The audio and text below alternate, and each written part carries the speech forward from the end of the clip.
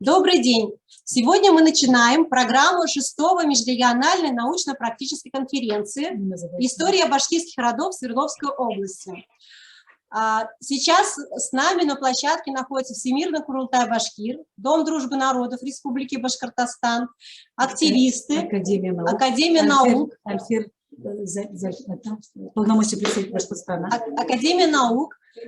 и активисты, которые сейчас находятся в офисе Башкирского историко-культурного центра Свердловской области. С приветственным словом обращается Паймав Хридинна Юсупова, это президент Свердловского областного башкирского центра. Приветствую. Здравствуйте, дорогие участники научно-практической конференции. Позвольте мне от имени исполкома регионального общественного объединения Свердловский областной башкирский центр и от себя лично приветствовать вас и поздравить с открытием 6-й межрегиональной научно-практической конференции. Эту конференцию мы назвали «История башкирских родов в Свердловской области. Исетские башкиры». Базаргул Юнаев, депутат уложенной комиссии 1767-1769 годов от Башкир-Исетской провинции. И пожелать всем успешной и плодотворной работы. Наша конференция призвана обсудить широкий спектр вопросов, исключительно важных для нашего региона, города Екатеринбурга и всей Свердловской области.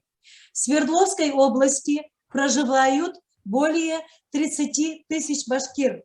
Многие башкиры нашего региона ведут активный образ жизни, участвуют в общественной жизни области, объединяются и представляют свои интересы в создаваемые ими общественные организации. Региональная общественная организация Свердловский областной башкирский центр на протяжении более 20-летней деятельности регулярно, с 2013 года каждый год проводит межрегиональные научно-практические конференции с целью пропаганды исторических и этнокультурных знаний. Всем слышно?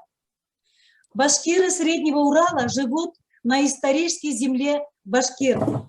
В 18-19, в начале 20 века на территории Свердловской области насчитывались не менее 40 башкирских деревень. Нынче ни одной, куда они исчезли. На этот вопрос не ответили архивные материалы, полученные из Главного управления архивами Свердловской области. Архивы утверждают, что эти документы могли уничтожить, или же они перенаправлены в архив Пермского края и Московский архив, потому что Екатеринбургский уезд тогда входил в Пермскую губернию. Зато из местных материалов нас об этом проинформировал заместитель главы Красноуфимского городского округа по социальным вопросам на встрече с башкирской делегацией из Екатеринбурга в 2008 году Бектуганов Юрий Иванович, ныне министр образования и молодежной политики Свердловской области. Архивист, историк Алексеев Станислав Дмитриевич также подтвердил о том, что до строительства крепости Екатеринбург в 1723 году здесь, по берегам реки Исеть, находились башкирские селения. Топонимика в Свердловской области, название озер Шарташ, Балтым, Ишбулат, рек Исеть, Исет, Уктус, Ачит, Ашит, Зюзелька, Зюзельга, Эдуилга, название городов Арамиль, Верхняя и Нижняя Салда, Салде, Саллы, Ивдель, город Ивдель, Ивель и многие другие названия, гидронимы башкирские. Гора Урал, Уральские горы не переводится как каменный пояс. Урал – одно слово, названо по имени героя башкирского эпоса Урал-Батыр. Об этом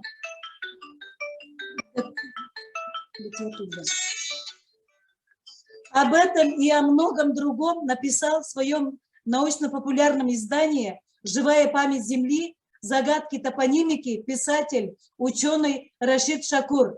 Мы ему благодарны за эту ценную книгу. Реке Исеть название дали башкиры, иштеки. Так их называли раньше другие народы. Иштеки, Исят-Ру башкиртары, во главе со старшиной Исятбай. История башкир коренного народа Урала, Предуралья и Зауралья заслуживает дальнейшего глубокого исследования и осмысления. Поэтому мы из года в год обращаемся к ученым за помощью и сердечно их благодарим за их поддержку и активное участие на наших научно-практических конференциях. От имени Оргкомитета выражаю сердечную благодарность Дому дружбы народов Республики Башкортостан в лице исполняющего обязанности директора Мирхайдаровой Гульназ Гиндулловне, исполкому Всемирного Курултая Башкир в лице председателя Якупову Галиму Минигалеевичу, а также наш БИКС в Екатеринбурге, Башкирскому историко-культурному центру Свердловской области в лице руководителя Кульмурдиной Светлане Ринатовне за оказанное содействие в проведении научной конференции. От всей души желаю всем благополучия, здоровья и новых успехов в деле возрождения, сохранения и развития культуры и традиций башкирского народа. Рахмат, спасибо за внимание. Рахмат. Спасибо большое, Иван Фахридиновна, за открытие нашей конференции. Сейчас я зачитаю приветственный адрес от лица правительства Свердловской области от Салихова Азата Равкатовича, заместителя губернатора Свердловской области. Он тоже башкир, родом из города Салават. Уважаемые организаторы, участники и гости, рад поздравить вас с началом 6-й межрегиональной научно-практической конференции, посвященной истории башкирских родов Свердловской области. Башкирский народ является яркой составляющей многонационального народа Урала, вносит заметный вклад в евразийскую культуру. Башкирия подарила Отечеству выдающихся ученых, деятелей культуры и искусства, героев войны, просто ответственных людей, которые внесли огромный вклад в становление и развитие Российской Федерации. Сегодня Свердловскую область населяет более 30 тысяч башкир. Среди скоростей и технологий современной жизни важно сохранять чуткость по отношению к нашему прошлому, обращаться к истокам нашей с вами культуры, не терять связи с наследием наших предков. Чтобы сохранить свой язык, культуру, нужно знать прошлое своего рода и малой родины. Такие знания всегда были большой силой. Бережно храня многообразие самобытных традиций и обычаев, мы создаем нерушимую связь между прошлым и будущим, создаем ориентиры на многие годы вперед. Убежден, что сегодняшнее мероприятие имеет большой культурный потенциал и будет способствовать укреплению единства многонационального Урала. Я хочу поблагодарить сегодня каждого из вас за неоценимый вклад в сохранение, развитие и приумножение башкирской культуры. Желаю всем организаторам и участникам конференции успешной научной работы, конструктивного общения, новых идей и творческих замыслов. С уважением, заместитель губернатора Свердловской области Азат Равкатович Салих. Включаю вам. Спасибо. Так, следующее у нас приветствие от полномочного представительства Республики Татарстан в Свердловской области. Уважаемые участники и гости конференции, поздравляю вас с сегодняшним мероприятием. Обеспечение преемственности поколений, передача молодежи знаний о традициях и обычаях народа – это первостепенная задача государственной национальной политики. Есть такая народная мудрость. У того, кто не знает своего прошлого, нет будущего. Ваш огромный труд позволяет с надеждой строить планы на будущее на нашей уральской земле. Работа этой конференции, использование ее площадкой для открытого обмена мнениями, опытом специалистов, краеведов, историков, надеемся, будет полезно для всех нас. Желаю всем здоровья, успехов, благополучия. Постоянный представитель Республики Татарстан Свердловской области Гельфанов. Сейчас не можем послушать. Баимов сейчас поздравляю. Давайте. Баимов Альфир Зульфарович. Подключайтесь, пожалуйста. Hayırlı gün. İştileme. İştile. Hayırlı gün, hürmetli kollegalar, dostlar, konferensiyanın uyuşturucular hem Атнашевлар. Добрый день, уважаемые коллеги, организаторы и участники конференции. Прежде всего, разрешите мне поблагодарить руководство Свердловской области за большую работу по сохранению башкирской культуры и истории, родного языка башкирского народа. Уверен, что связи между нашими регионами будут и в дальнейшем укрепляться, обеспечивая единство многонациональной страны. Свердловская область является 6-м регионом в России по численности башкир. Башкиры этого края являются представителями башкирских родов Упей, Сызги, Хошсо, Терсяк и представлены в большинстве районов области. Исторически сложилось так, что башкиры Свердловской области оказались за пределами от основной территории проживания народа. Несмотря на это, свердловские башкиры сумели сохранить идентичность, культуру, язык. Сегодня они достойно представляют свою культуру и очень бережно берегут свои исторические традиции.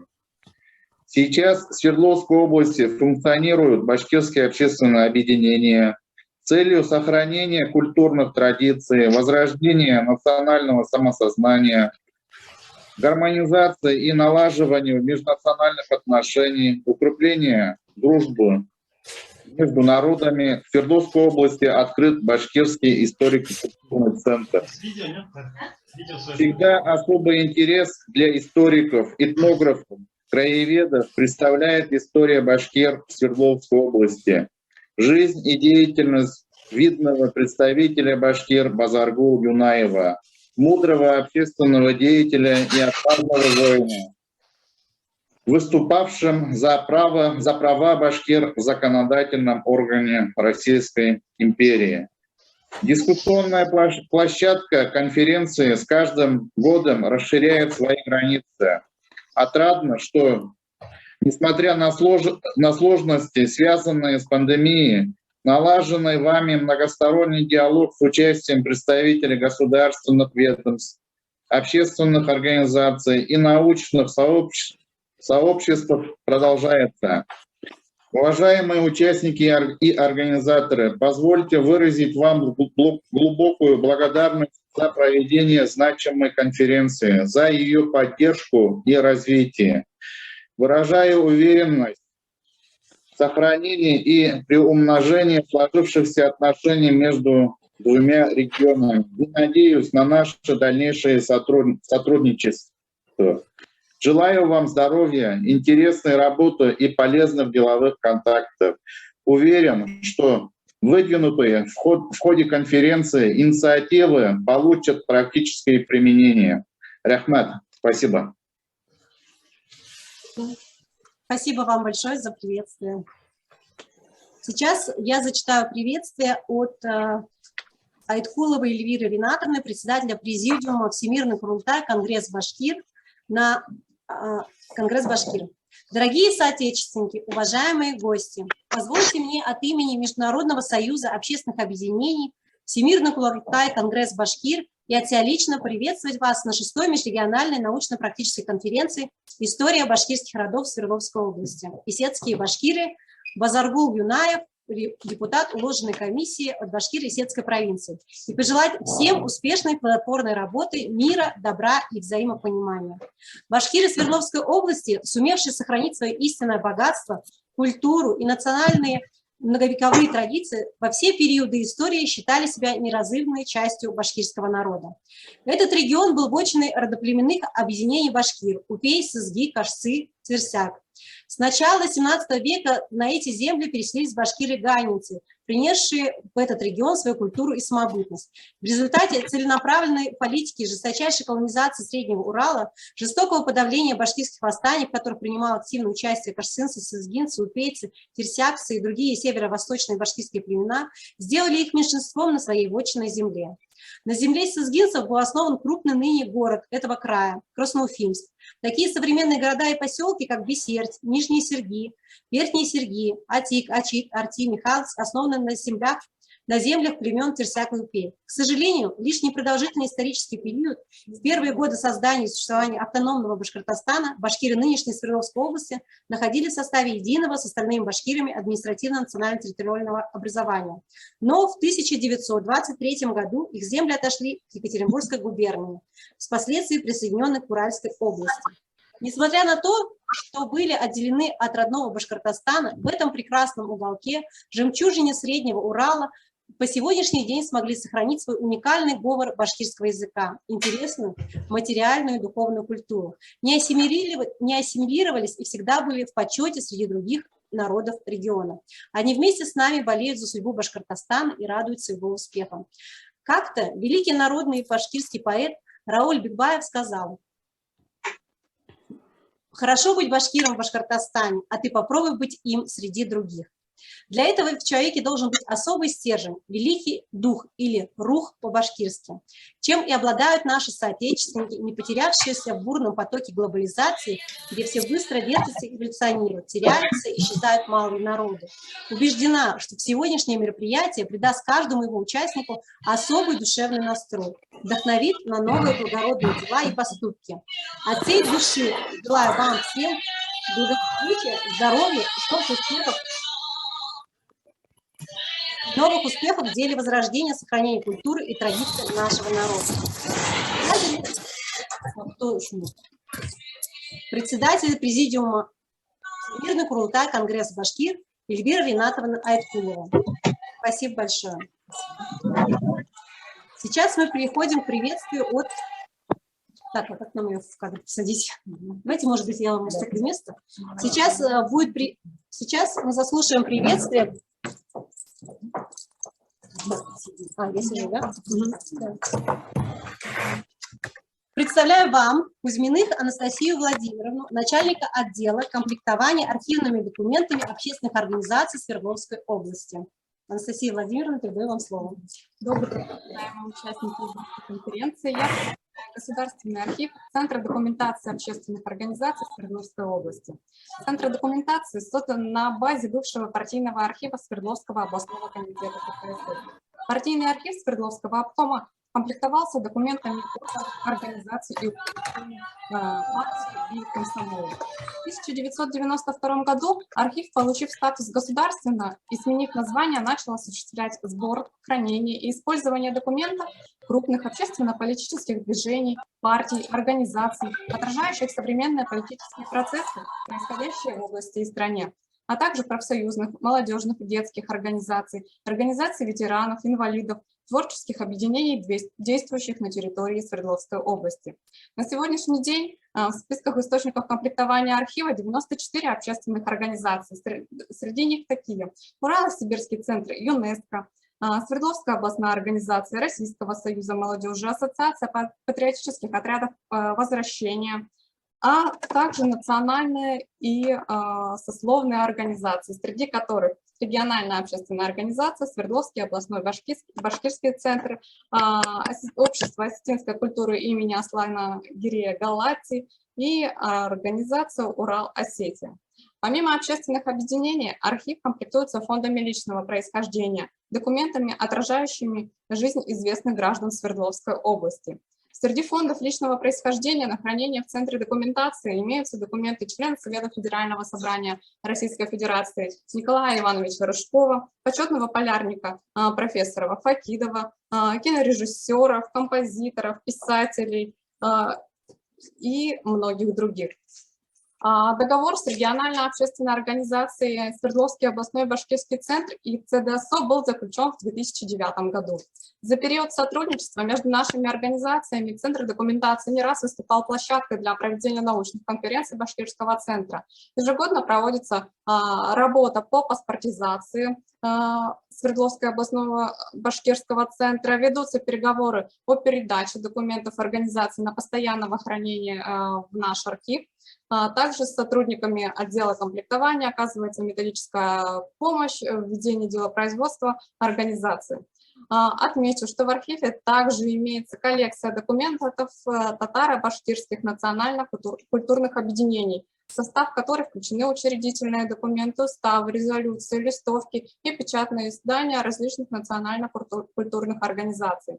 Центр документации надеется на дальнейшее плодотворное сотрудничество со Свердловским областным башкирским центром в рамках пополнения фонда данной организации, что является важным для сохранения национальных историй национальных культурных объединений Свердловской области. Документы будут интересны исследователям не только в наши дни, но и через многие годы. Архив желает процветания вашей организации, развития, реализации всех намеченных планов и успехов во всех начинаниях. Руководство архива и я желаем организаторам сегодняшней конференции плодотворной работы и эффективного взаимодействия. Спасибо. Спасибо вам большое за поддержку. Не видно в кадре, что зовите.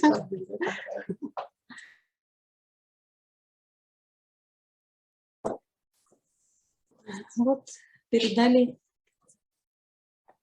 Спасибо большое. Теперь мы переходим, получается... Да. Аникин сидит, Аникин. Константин Николаевич, вы с нами? Константин Николаевич. У нас такой, кстати, Значит, был очень хороший проект Музей с музеем. истории и археологии. Музей истории и археологии Свердловского Урала, Свердловский областной краеведческий музей. Там находится настоящая башкирская юрта, сделанная из войлока и полностью заполненная прям всем вот этим бытом башкирским. То есть сундук, одеяло, то есть есть там прям зона для готовки еды. Очень интересный проект. Сейчас этим летом, когда были школьные лагеря, они представляли прям башкирскую культуру, рассказывали про нее отдельно. Большое спасибо Музею истории и археологии Урала за такое сотрудничество. Вот я что-то его не вижу. Нет, нет. Так, Переходим. тогда смотрите, на этом, значит, приветственное обращение завершаем, первую часть нашей конференции. Мы переходим к выступлению спикера. Порядок будет следующий. Вначале выступает у нас, получается, Башкортостан, Азнабаев Булат Ахмерович. После этого готовится Кулбахтин Назир Мирхайдарович. Нет, Мурзабаевич. Мурзабаевич. Да. Угу. Передаем слово. Да. Так, куда делся? Вот он. Так. Представляем Азнабаева Булата Ахмеровича, доктора исторических наук, профессора Института истории и государственного управления Башкирского государственного университета, заведующего кафедрой истории Республики Башкортостан, археологии и этнологии, и ИГУ БГУ с темой «Политическая ситуация в Зауралье накануне принятия башкирами российского подданства». Передаю вам слово. Спасибо большое за возможность выступить на вашей очень высокой конференции. Действительно, башкиры, как принято говорить, Зауралье, хотя этот термин действительно критикуется, я думаю, справедливо критикуется, потому что само понятие Зауралье, оно предполагает взгляд с запада, да, из Москвы в частности. Поэтому считаю более корректным использовать термин башкиры восточных склонов Уральских гор, да, чтобы не обижать никого вот этим термином, европоцентристским, по сути дела. Да. Что хочу сказать.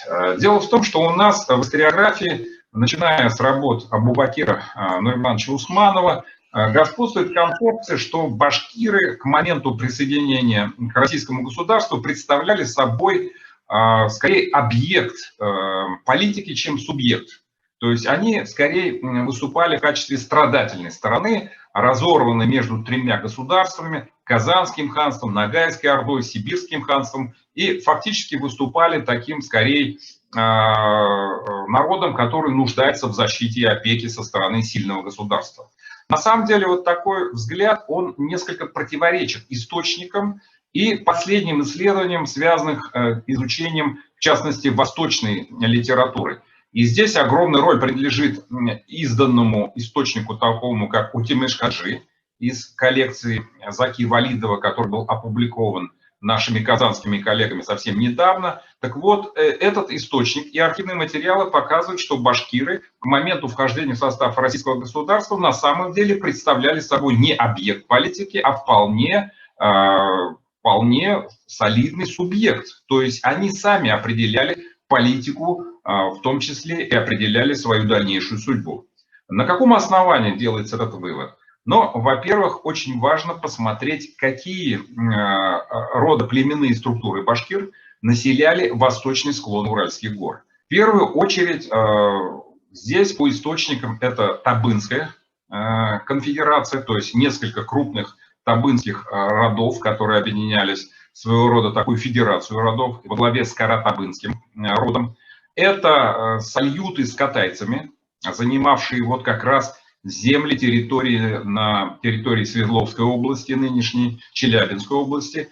Это Сальюто-Катайский союз, и Айлинская федерация, занимавшая как раз северо-восточную часть склонов Уральских гор. Так вот, вот эти три, кстати, центра, три политических центра отмечены нашим выдающимся этнографом Кузеевым в качестве трех зауральских башкирских тюб, то есть отдельных родоплеменных структур. На самом деле это не просто тюбы, это политические центры. Если Табынская федерация ориентировалась на дом шибанидов, то есть традиционных, так сказать, правящего клана чингизидов Сибири, то Сальюто-Катайский такой вот союз, он поддерживал другую правящую династию в Сибири, это клан тайбугидов, который не относился к роду Чингисхана, но который имел сильнейшее влияние как раз на восточных склонах Уральских гор, и противоборство между кланом Шибана, шибандинами, и кланом Тайбуги, сибирского князя, он проходит красной линией через всю историю Сибири. То есть он начинается еще в 15 веке, продолжается в 16 веке это противостояние, и кончается со смертью последнего представителя княжеского дома Тайбуги, Едигера, который был убит как раз Кучумом, то есть представителем дома Шибана, чингизидом. Вот как раз интересна судьба вот тех башкир, тех родоплеменных башкир, которые поддерживали дом Едигера, то есть сибирского князя из рода Тайбуги. Это сальюты и катайцы. Их еще называют салжаутами в некоторых источниках. Вот как раз о них очень много пишет в своей истории Башкортостана наш выдающий исследователь Заки Валидов. Он отмечает, что клан сальютов был правящим кланом в Сибирском княжестве. На него опирались князья из рода Тайбуги, в том числе и последний князь Едигер. Чем интересен последний князь из рода Тайбуги? Он в 1556 году принял российское подданство. То есть он со своими людьми официально признал Ивана Грозного своим сюзереном. И с этого времени, считается, Сибирь добровольно вошла в состав российского государства. То есть последний Едигер принял шерть, то есть присягу русскому царю, вместе со своими людьми, в том числе с кланом сальютов. Таким образом, некоторые башкиры сибирской земли приняли добровольно российское подданство еще почти одновременно с башкирами Ногайской Орды. Это очень важный момент. Но в конечном счете князь Едигер из дома Тайбуги был убит Кучумом, который, как вы знаете, пришел из Средней Азии. Причем его поддержали как раз башкиры из табынских родов на восточной части Зауралья. И фактически мы имеем дело с противоборством внутри башкирского этноса в Зауралье. То есть когда потомки, те, кто поддерживал Едигера, то есть клан Тайбуги, фактически вступают в противодействие с табынскими родами, которые поддерживали хана Кучума. И эта, кстати, ситуация, она известна не только по архивным источникам, но и даже по фольклору. Например, в башкирском народном творчестве есть упоминание о знаменитом Супен-Батыре, Батыре из клана Сальют, который боролся с ханом Кучумом. А напротив, в народном творчестве табынских родов есть сведения о том, что табынцы поддерживали Кучума, считая его своим настоящим ханом. Вот, обратите внимание, ситуация близкой к гражданской войне. И поскольку Едигер был убит Кучумом, то его люди, принявшие российское подданство, были вынуждены уйти с восточных склонов Уральских гор, перейти Урал и поддержать Россию уже в Ногайской Башкирии. Откуда нам это известно? Дело в том, что в конце 17 века, а если точнее в 1694 году, башкиры из рода Сальют и Катай подали челобитную, в которой они указывали заслуги своих предков, в частности, заслуги своего прадеда, которого звали Шугур Какусов. Так вот, среди упомянутых достижений или заслуг своего предка Шугура Какусова, они отмечают, что он вместе со своими людьми помогал строить город Уфу, и именно он склонил внука хана Кучума Арслана на сторону России, то есть уговорил его добровольно перейти в российское подданство. Вот этот самый Арслан, внук Кучума, стал в конечном счете последним касимовским ханом. Вы знаете, что в России существовало Касимовское ханство, вассальное, да? Вот последним ханом этого ханства был как раз вот этот внук Кучума, Арслан, которого уговорил перейти на сторону России глава сальютов под Уфой Шугур Какусов. И вот это как раз стало основанием для того, чтобы Шугур Какусов получил от России княжеский титул. То есть он официально был пожалован княжеским именем за вот это дипломатическое достижение. Причем в топонимике города Уфы имя этого князя Сальютов Шугура Какусова вполне отражено. У нас на севере города есть Шугуровская гора, река Шугуровка, которая до этого носила название Урязя, по источникам, в частности, по отводной книге.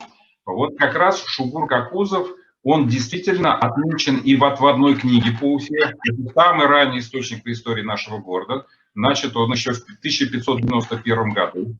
Вот по отводной книге выясняется, что Шугур Какусов, его дети и люди раскопали земли вокруг Уфы еще до основания города, до 1586 года. То есть это очень важный факт, который отмечает, что Уфу строили не только на русских перси, но и башкиры, которые пришли в восточных склонах Уральских гор, поддерживая, так сказать, российскую сторону в качестве его суверенитета. Вот. Важно отметить, что вот эти заслуги перед российским народом не прошли. Извините, это у вас где-то шум идет, да? Не прошли бесследно для вот этого поселения Шугура Какусова под Уфой.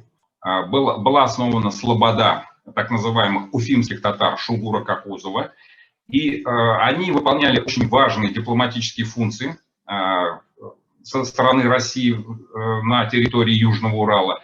Кстати говоря, они отмечены в отводной книге как вожжи.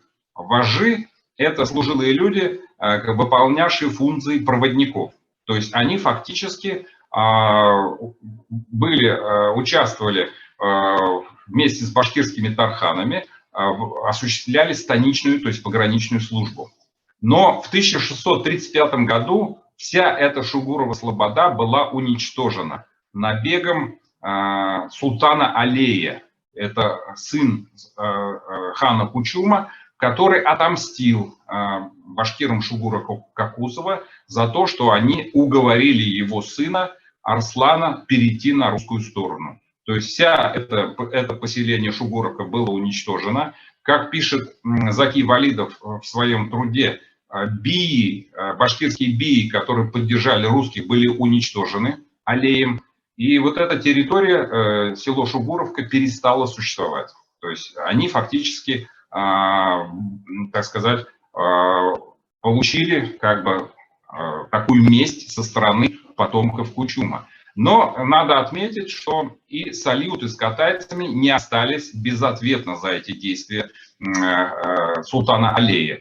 В 1662 году, то есть буквально через 30 лет после отмеченных событий, именно сальюты и катайцы захватили полностью в плен сыновей и внуков Кучума. Это произошло на реке Кияте, и это событие отмечено, в частности, в наказе уфимскому воеводе Сомову 1664 года. Таким образом, вы видите, как сложно развивалась политическая ситуация в восточных склонах Уральских гор и какую роль сыграли восточные башкиры в утверждении российской власти на Южном Урале. Ну, на этом я, пожалуй, закончу. Спасибо за внимание. Спасибо вам большое за такие интересные факты. Прям с интересом, да, послушали. Так, сейчас приглашаю к выступлению Кулбаксина Назира Мурзабаевича. Это доктор исторических наук, профессор Башкирского государственного университета. Тема его доклада будет «Уральские башкиры в XVIII веке. Историческая справка». Передаю слово.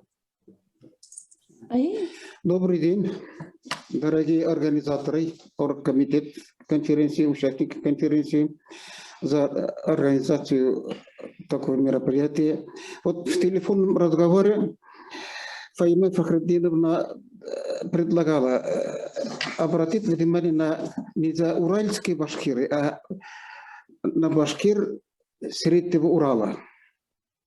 Я долго думал и пришел к мнению, что Фаима Фахриддиновна очень правильно и своевременно поднимает этот вопрос. Потому что мы, изучая историю башкир, историю Башкортостана, в основном берем без различия регионов, отдельных ареалов. А ведь Средний Урал очень сложный регион. Во-первых, сложная ситуация политическая, этническая, конфессиональная. Вот, например, северо-запад. Это боярские, булярские башкиры, елей, ирактильские башкиры. Уже в начале 18 века были оседлыми земледельцами. Северные башкиры – это крупнейшее башкирское племя Гайна и частично катайцы, катайские башкиры.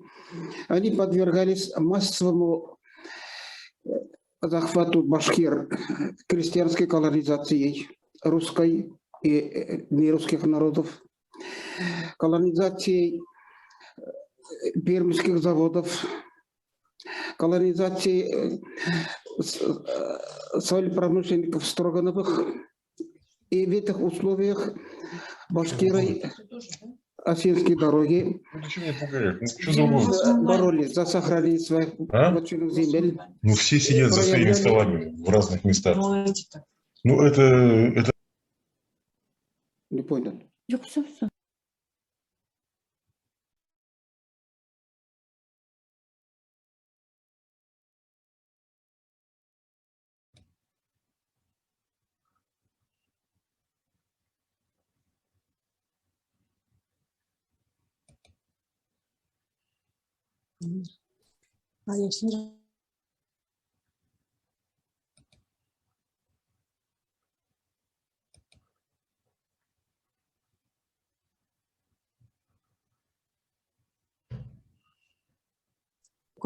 Всемирный Курултай, посмотрите, вы отключились, вы отключились. Все включили. Хорошо, давайте. Это повторить, да? Нет. Вот любопытный пример насчет гибкости отношений Башкир-Гайнинской волости к существующей ситуации. Во-первых, оттуда вышел крупнейший мыслитель, общественный деятель, государственный деятель Токтамыш Ишбулатов, который на Большом собрании уложенной комиссии 5 раз выступал с защитой вотчинных земель, за развитие миновой торговли, за замену писарей, мишерских писарей башкирами и так далее. Исмаил Тасимов, крупнейший рудопромышленник России, в состоянии был заложить свой горный завод. Но он обратился к царским властям с предложением построить новый горный завод медиплавильный за счет башкирских рудопромышленников, но чтобы завод был казенный, и руду доставляли только башкирские рудопромышленники. Это очень гибкая политика для 18 века. Что касается северных башкир, это в основном Свердловская область, это Екатеринбургский уезд, Курганский уезд, Кунгурский уезд. Они подвергались также массовой колонизации русских крестьян. Фактически междуречия между Пыжма и Исет были выдавлены башкирой русскими крестьянами. Именно в этой зоне появились самые крупные горные заводы. То есть массовый захват башкирских земель горными заводами. Фактически катайцы, самое крупное племенное объединение, было расчленено. Одна часть катайцев ушла в центр Башкирии, другая за Тобол, ялан катайцы. Поэтому ситуация и политическая, и социально-экономическая была очень сложной. Поэтому башкиры Среднего Урала очень активно принимали участие во всех башкирских восстаниях. Скажем, Сары Мерген, знаменитый предводитель башкирского восстания 1664 года.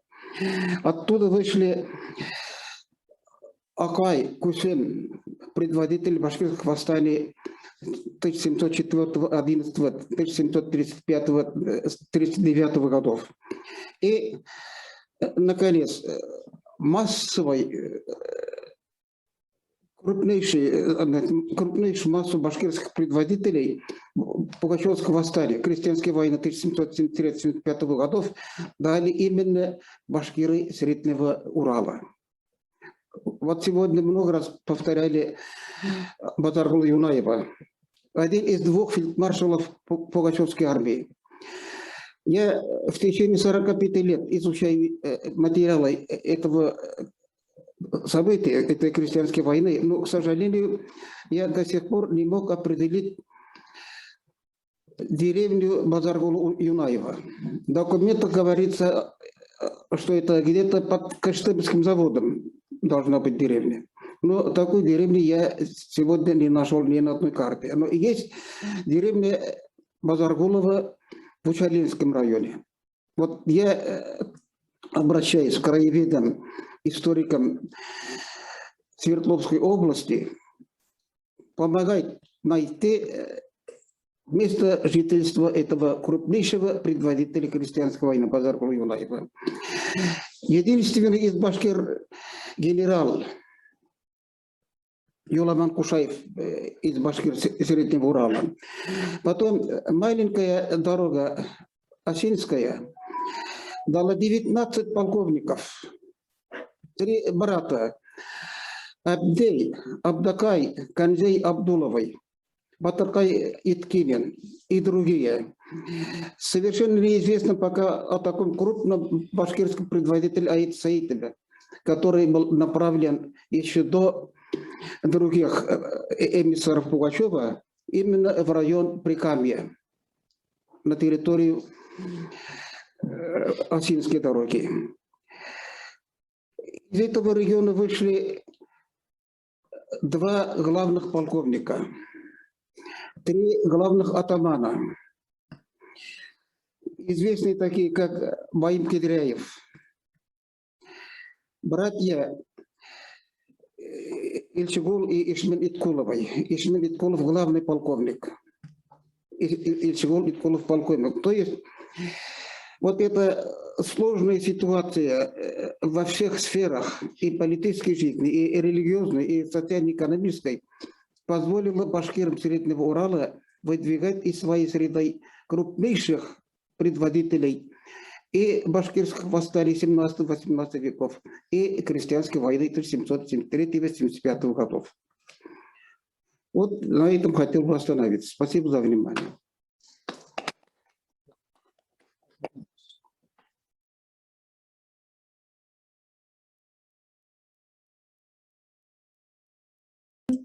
Благодарим за такой интересный доклад. Много интересных... Подожди, видео почему? Благодарим за такой интересный доклад. Много интересных фамилий мы услышали. И сейчас переходим к следующему докладчику, Акманову, и прошу подготовиться Калмантаева Владислава Михайловича. Так, передаю слово Акманову Айтугану Ириковичу. Это доктор исторических наук, профессор Башкирского государственного университета. И тема его доклада «Земли северо-восточных башкирских властей по материалам межевых учреждений в первой половине XIX века». Это как раз по нашей территории, по Свердловской области. Бик шатман бұл конференцияда қатнашырға Zoom-конференциямен тоже қолданырға әрекеттештер.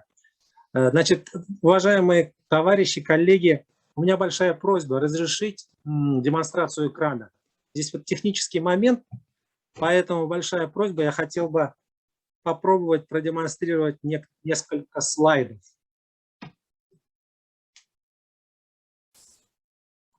Вот здесь организатор отключил демонстрацию экрана участников.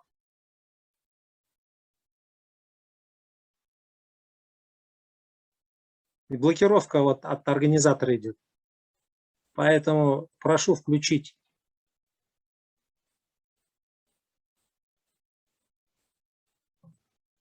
А то хотелось бы с картинками.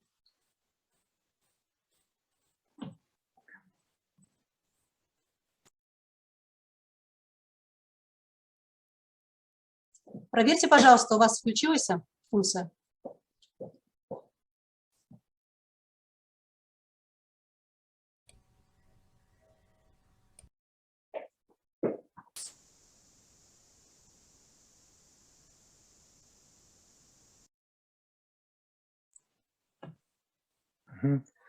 Здравствуйте.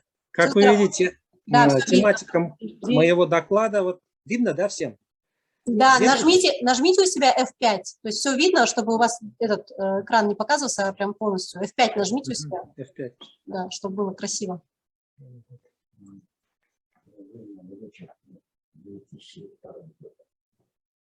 Вот там вот внизу вот рюмочка есть, вот видите, внизу, справа внизу такая как рюмочка, еще нет, вот в другую сторону. Да. Вот на нее нажмите. Вот. Угу. Ага. Нет, не включилось еще. Не получается. Нет, вот смотрите, вот вниз делайте, вот где звук, перед масштабом, вот видите такой, вот нет, вот внизу, вот масштаб, и вот рядом, вот видите, вот значочек, вот мышка, не видит, вот нет, вот рядышком.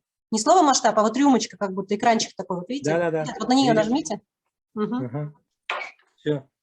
Все видно. Все красиво. Да. Хотелось бы вот представить материал относительно земель северо-восточных башкирских властей по материалам межевых учреждений первой половины XIX века.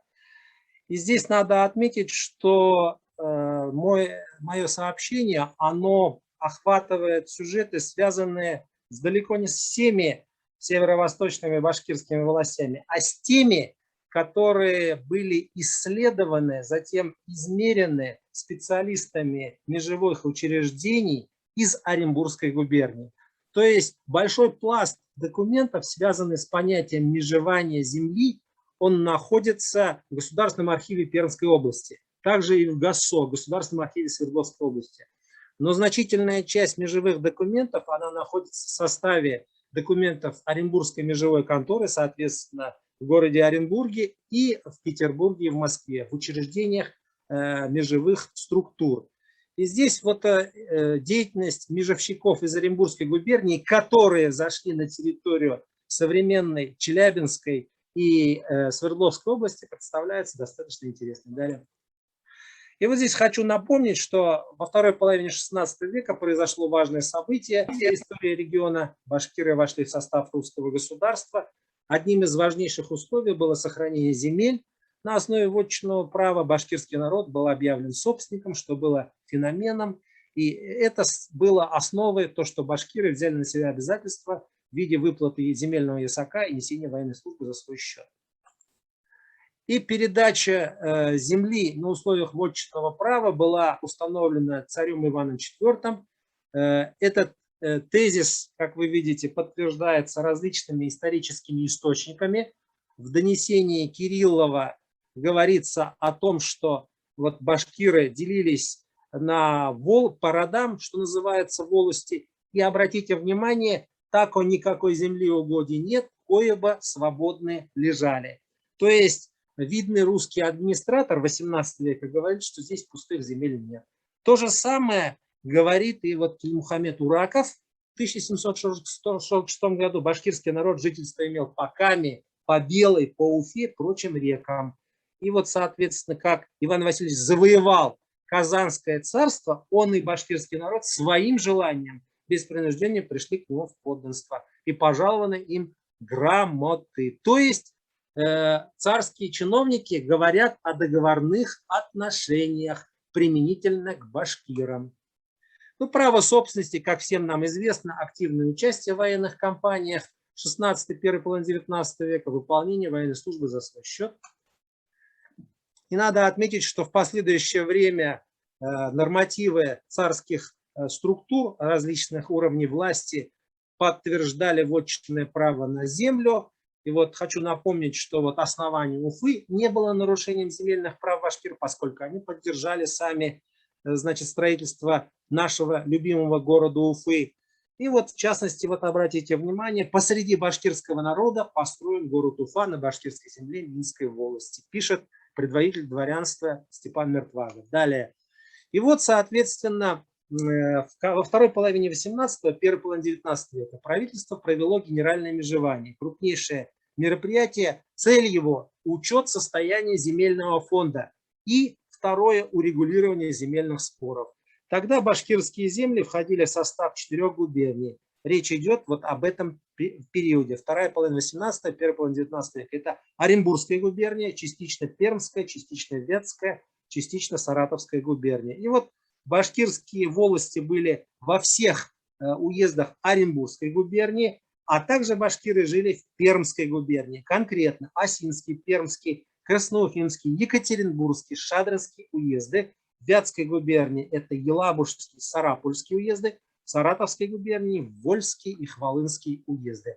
Вот карта начала 19 века. Это только Оренбургская губерния. Здесь обозначена вот Уфа.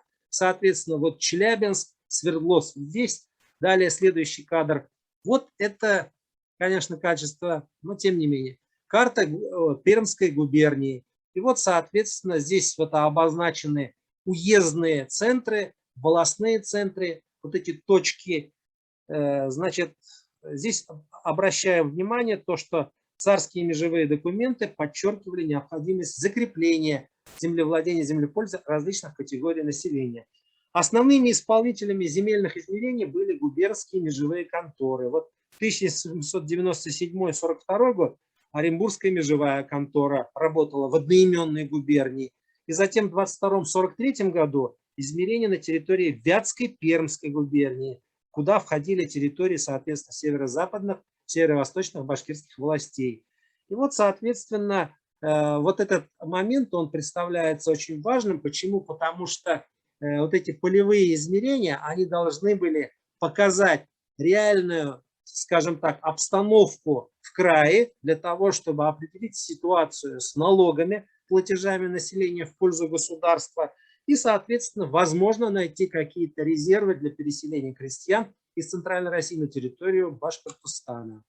При полевых измерениях механизм был традиционным. Вот в частности, здесь вот изображен землемер середины 19 века, который не только в поле работал, но очень много работал в помещениях, регистрируя оформленные документы. И, соответственно, здесь механизм был очень достаточно жесткий. Принимались присяги от представителей башкирской волости по всем процессам полевых измерений, обходили угодья по границам, которые показывали поверенные представители соответствующей волости, а помощники землемера на местности фиксировали конфигурацию границ. И, соответственно, все это письменно фиксировалось, и потом уже в помещении обрабатывалась вся эта собранная ситуация. Итог. Главный документ – это межевая книга, раз. и план местности данной 2. Два документа, они выдавались владельцам и в губернские учреждения. И вот итоги межевых работ удовлетворяли, естественно, далеко не всех жителей края. Недовольные подавали апелляции, которые рассматривались в межевой конторе, которая располагалась, соответственно, в Оренбурге, а в Пермской губернии, в Перми, соответственно, в Вятской, Вятке и так далее. В случае достижения согласия получали соответствующий документ. Если продолжалась дискуссия, то, соответственно, межевая канцелярия в Москве, либо межевой департамент в Петербурге рассматривался. И вот хотелось бы отметить несколько земельных конфликтов. В частности, в 1932 году при участии чиновников Оренбургской межевой конторы был рассмотрен вот этот спор между башкирами Каратабынской, Барын-Табынской властей гарнизона Муйской крепости за 3 земельных участка. После обсуждения аргументов обоих сторон было принято решение Сената о передаче этих угодий для жителей военного укрепления. Почему? Потому что территория считалась тогда, в 30-е годы 19 века, приграничной, и для выполнения оборонных функций было рекомендовано учесть интересы военного ведомства. Другой спор затрагивал интересы башкирских властей, вышеуказанных, и златоустовских заводов.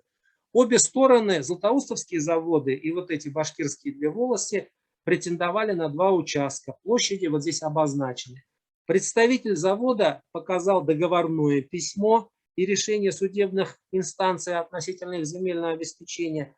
Это стало основой для того, чтобы судебная инстанция признала претензии Златоустовского завода. По второму участку уже подключился Сенат, который отказался от принятия конкретного решения, поскольку в соответствующих договорных письмах между башкирами и заводами не было оговорено, какие угодья являются конкретно собственностью завода. В данном случае было рекомендовано губернской гражданской палате собрать сведения относительно второго участка 83 тысячи десятин. В конечном итоге первый участок был передан заводом, по второму участку было допущено совместное пользование как башкир, так и жителей златоустовских заводов. Третий земельный конфликт касался интересов Терсятской волости и Кыштымского Каслинского завода. Предметом спора являлся участок площадью 21 749 десятин. Десятина – это гектар современный. Представитель заводов предъявил купчие крепости на земельные угодья, соответствующие решения. И, соответственно, в данной ситуации, поскольку купчие крепости были представлены именно представителям заводского населения, территория была закреплена за ними. И вот здесь, пользуясь случаем относительно Базаргула Юнаева, я хочу напомнить, что Базаргул Юнаев является уроженцем Микотинской волости, деревни Алабуга. А деревня Алабуга, насколько я знаю, население ее переселено в конце 50-х годов в связи с созданием нового производства на территории Кыштымского, Каслинского заводов. И поэтому эта деревня Базаргула Юнаева, она была расселена по сопредельным населенным пунктам, а также в Кыштым, Касли, соответственно, население Алабуга, Кулево. И, соответственно, вот здесь завод, он получил поддержку со стороны высоких структур. Более длительным был спор на территории Челябинского уезда, Закиалинский участок, площадью 15 тысяч десятин, то бишь гектар, между кыштымскими заводами, владение купцов Расторгуевых башкирами Айлинской волости. Первоначально данный конфликт в 1760 году, почему длительный, 1760 год, рассматривался разными правительственными структурами, которые воспринимали обстоятельства дела по-разному. Спорный участок присуждался различным владельцам. Однако все эти решения носили предварительный характер и не были окончательными. В 1947 году Государственный совет и Министерство юстиции отозвались положительно на требования башкир.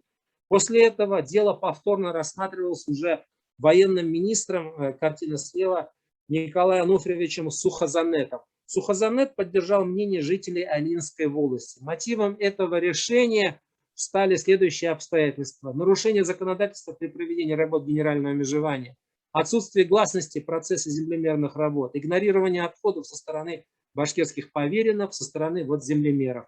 предъявленные представителям Кыштымского златоустовского завода в Купче и крепости, не содержали указания о площади отчуждаемых участков, были составлены представителями других властей. Министрам было обращено внимание на давнее фактическое распоряжение башкирами Алинской области этими угодьями.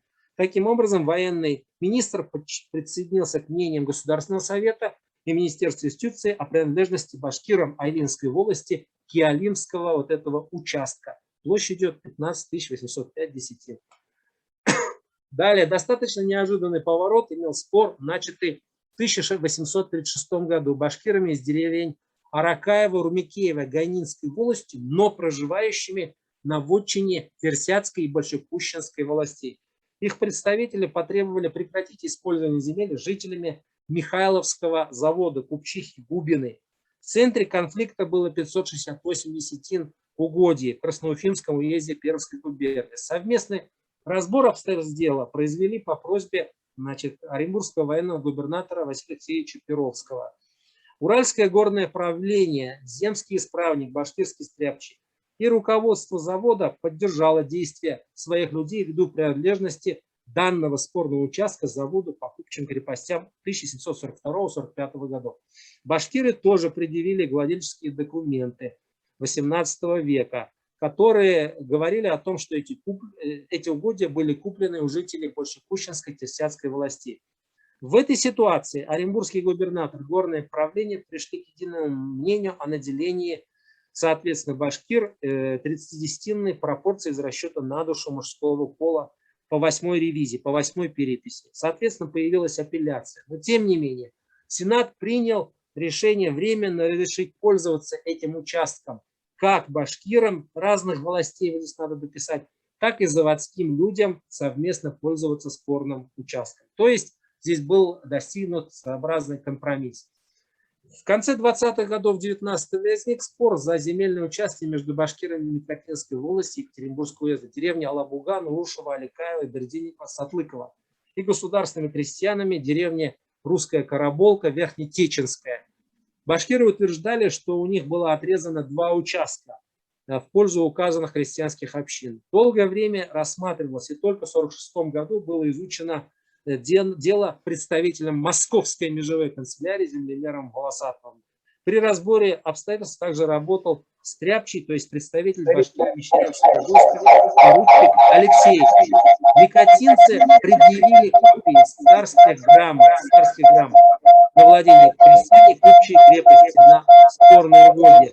Документы не содержали точного указания на размеры площадей. Однако землемер вынес решение в пользу крестьян, руководствуясь давностью владения по показаниям понятых. В итоге было утверждено данное решение. Далее. Так, сейчас. Следует указать на другой земельный конфликт, который на территории Пермского губернии. Ее рассмотрение по рапорту военного министра, слайд слева, Долгорукова, для упорядочения землепользования собрало сведения по некоторым горнозаводским округам, Пермскому и Екатеринбургскому.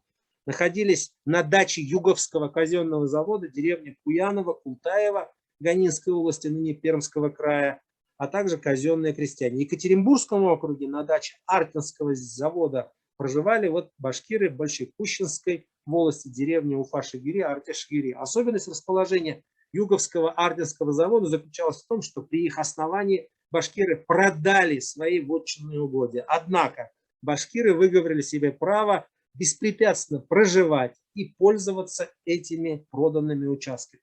Тем не менее, между заводами и башкирами появились споры. Исходя из данных обстоятельств, принял решение военный совет, высшее военное руководство обеспечить башкир согласно нормам минимального земельного обеспечения военных людей от 40 до 60 десятин на душу мужского пола. Так, далее. Таким образом, договорной характер вхождения башкир в состав русского государства определил основные тенденции госполитики, и различные экономические, социально-экономические аспекты оказали влияние на процесс развития башкирского землевладения. С одной стороны, нормативные акты государства были ориентированы на поддержку вотчинного права башкир, сохранение земельного фонда за башкирами. С другой стороны, потребность в более полном комплексном освоении природных ресурсов обусловили процесс постепенного увеличения количества правовых актов, ориентированных на перераспределение части башкирских земель.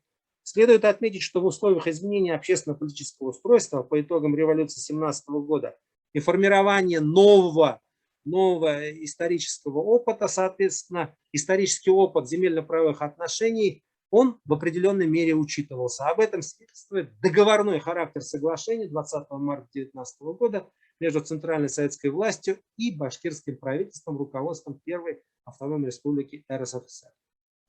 Благодарю за внимание. Спасибо.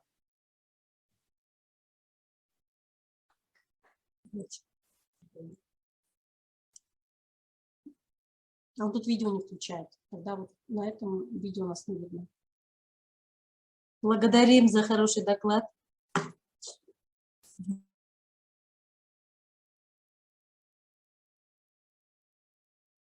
Не присоединено, или что, я не знаю. Нас же не видно, да, сейчас? Нет, не видно. Вот, видишь, мы отключили. Вас не видно. Сейчас камеры. Ну, сейчас пока мы без камеры, тогда не понимаем, пока как включить. А сейчас передаем слово Калмантаеву. Спасибо большое за интересный доклад. Если есть возможность, надо забрать его и приложим тогда его к презентации, к новости о том, прям очень интересные цифры, ну, вот эти картинки про Свердловскую область именно, да. А сейчас я приглашаю Нурислама Мирхайдаровича. Он не так давно был в Екатеринбурге, своими ногами практически прошелся по нашему городу, посмотрел, как мы здесь находимся, как мы живем, познакомился. Это кандидат исторических наук, доцент Башкирского государственного университета. И его тема – это из истории Башкир и Сетской провинции. Передаю вам слово. И прошу подготовиться к Тагирову Лейлу Факиловну. Спасибо, Рахмат. Светлана Ринатовна, Файма Фахридиновна. На самом деле я был недавно, и я всегда рад встречаться с вами, с коллегами из Екатеринбурга, с краеведами. Нам очень интересно с вами встречаться. Доклад звучит из истории Башкир Екатеринбургской губернии, это Сетской провинции, но в данном случае я буду говорить об одном человеке, Кузяш Рахмангулове, и об одном документе, наказ. Ну и в данном случае мы раскрываем историю этого региона. Документ называется «Наказ данной Сибирской дороги Кушинской волости главному старшине, по которому долженствует он, старшина, с определенными ему товарищами в помянутой волости ниже следующее учинить».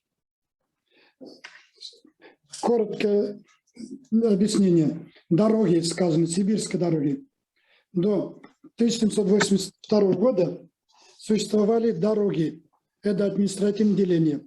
Ногайская дорога, Сибирская, Осинская дороги и Казанская дороги. 4 дороги. Но в данном случае речь идет о Сибирской дороге, Кущинской волости. Ваш регион – это Сибирская дорога.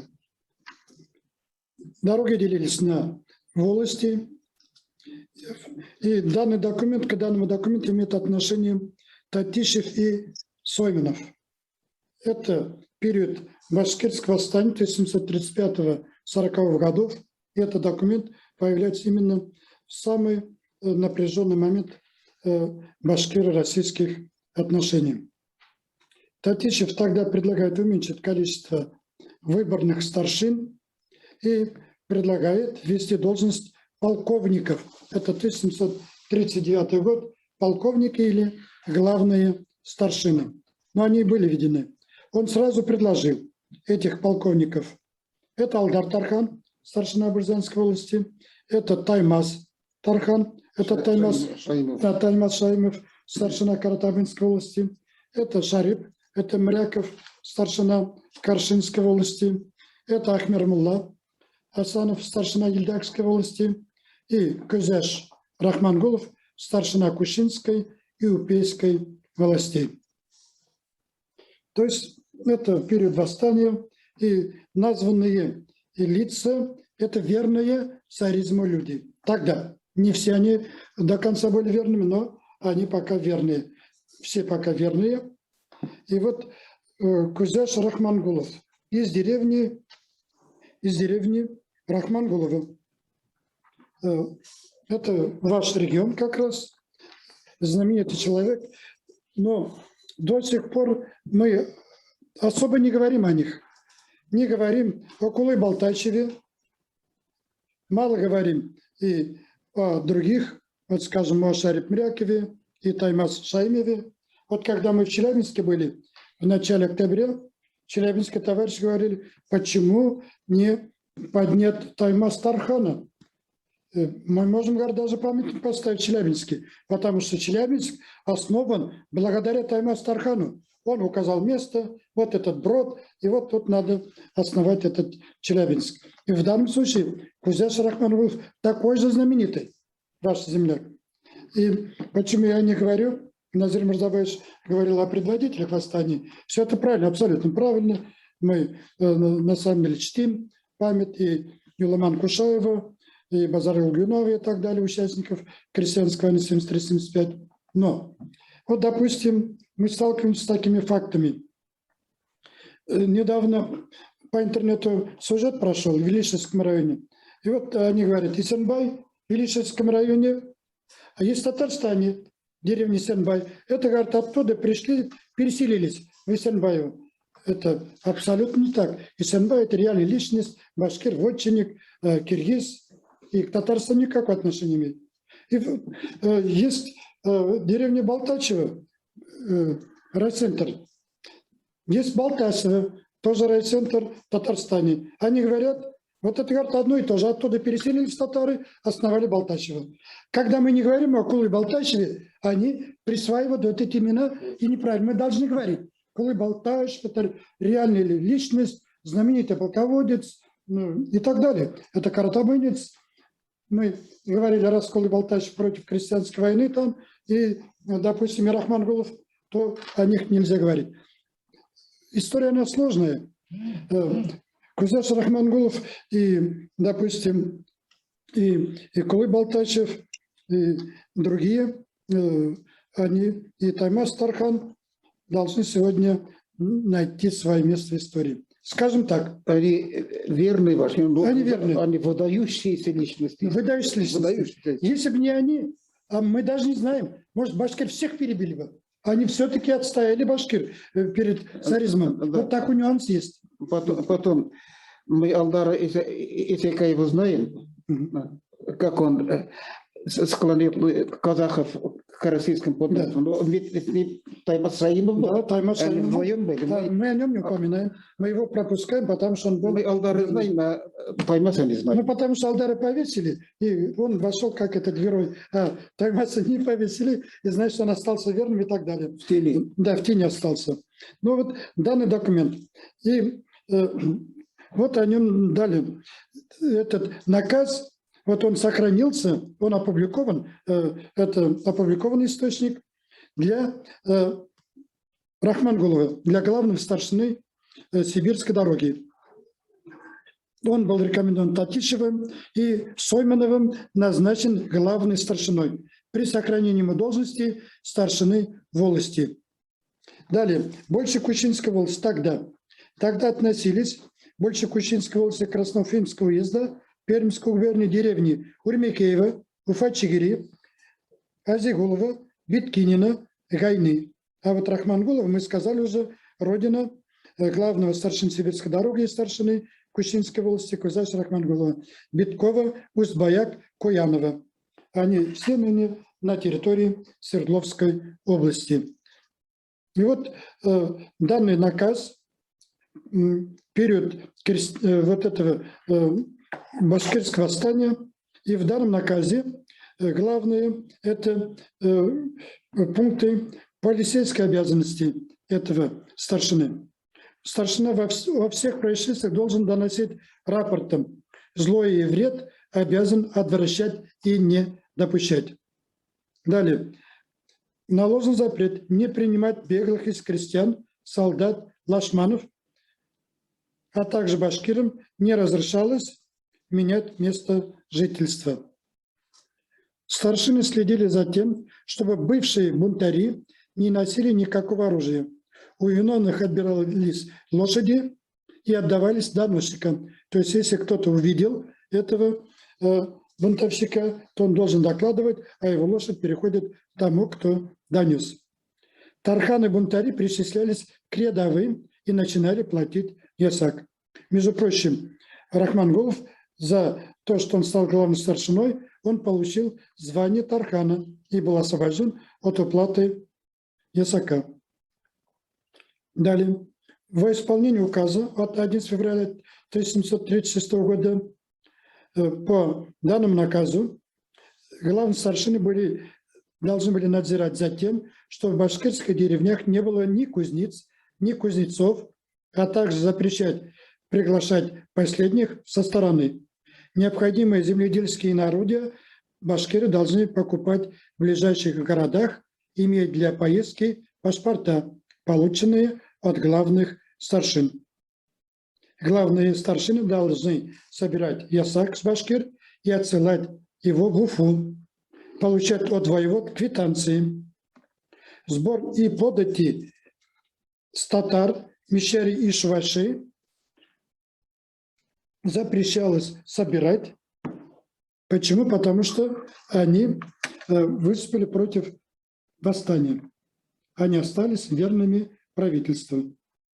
Далее. Башкирам и купцам запретили торговлю неказенными товарами, как-то оружием, порохом, свинцом, панцирями, саблями, луками со стрелами, копьями и илецкой солью.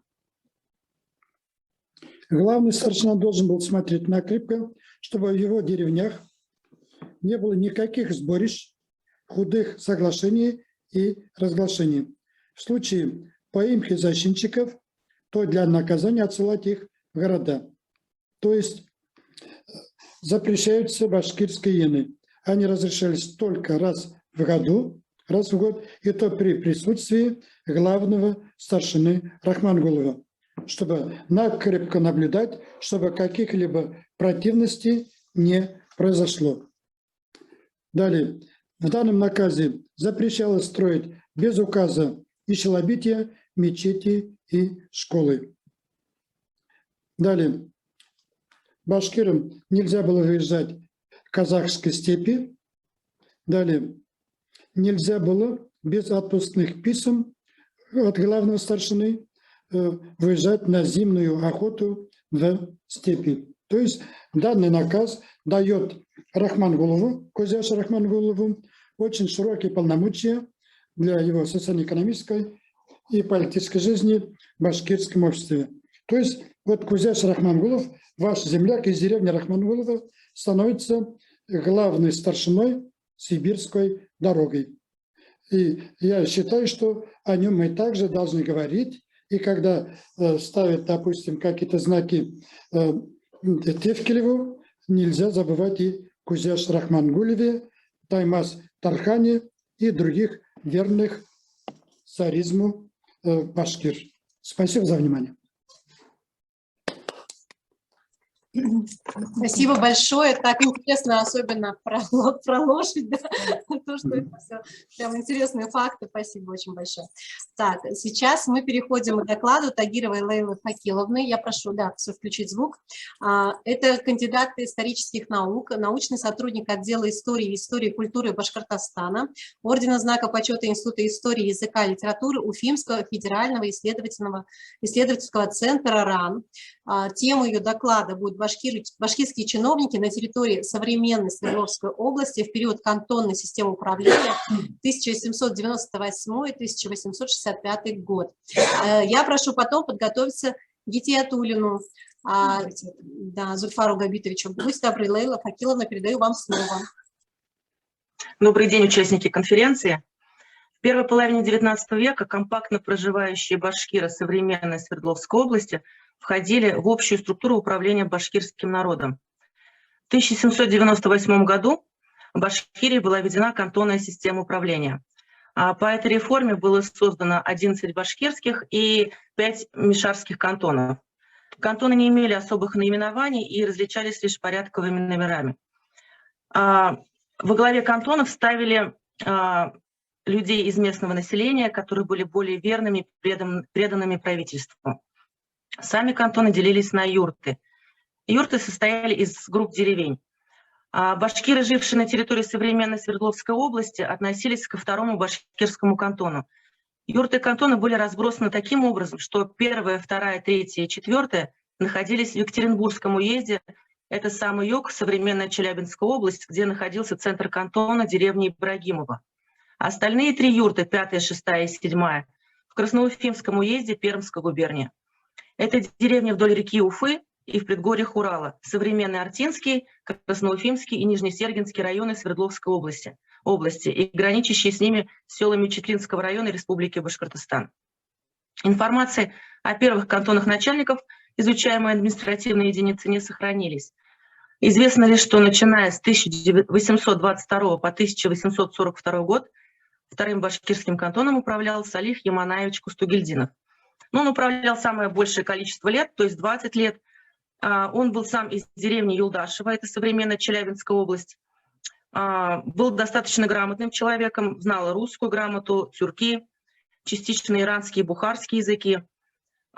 Известен он остался в истории тем, что как раз в 1835 году, во время восстания, он находился в Красноуфимском уезде, и ему пришлось запереться в доме старшины Хабибулла Хамзина, это старшина 5-й юрты, деревни Шакурова, и оттуда отстреливаться от повстанцев. В 1842 году Салиха Кустугельдинова сменил на должности Габит Акжигитов. Он был из деревни Каинкуль, это тоже современная Челябинская область. Также был грамотен, знал русскую грамоту и тюрки. Через 3 года его заменил на должности в 1945 году Мухаммедшах Кулахметович Рустанов. Рустанов сам был из Троицкого уезда Оренбургской губернии и родился в семье зауряд-сотника.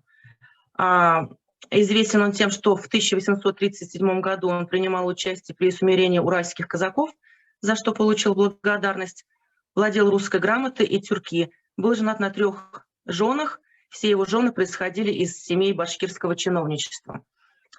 Его на должности заменил в 1849 году Абдулла Мухаммедкулович Кучуков.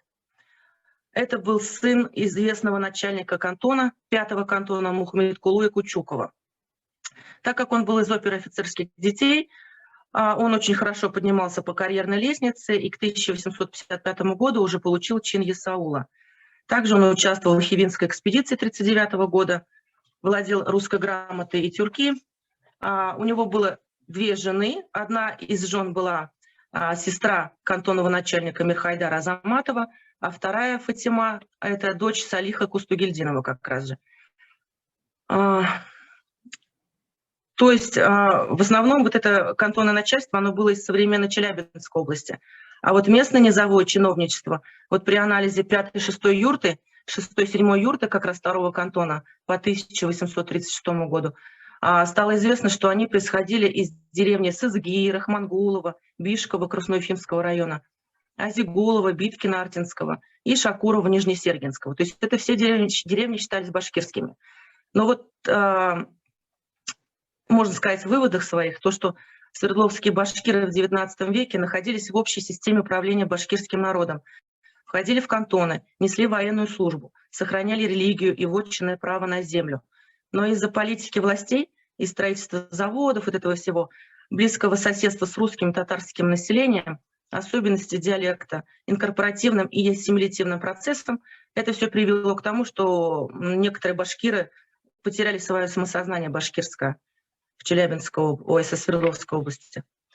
У меня все. Все понятно. Спасибо большое за такую тему, да, которую вы подняли.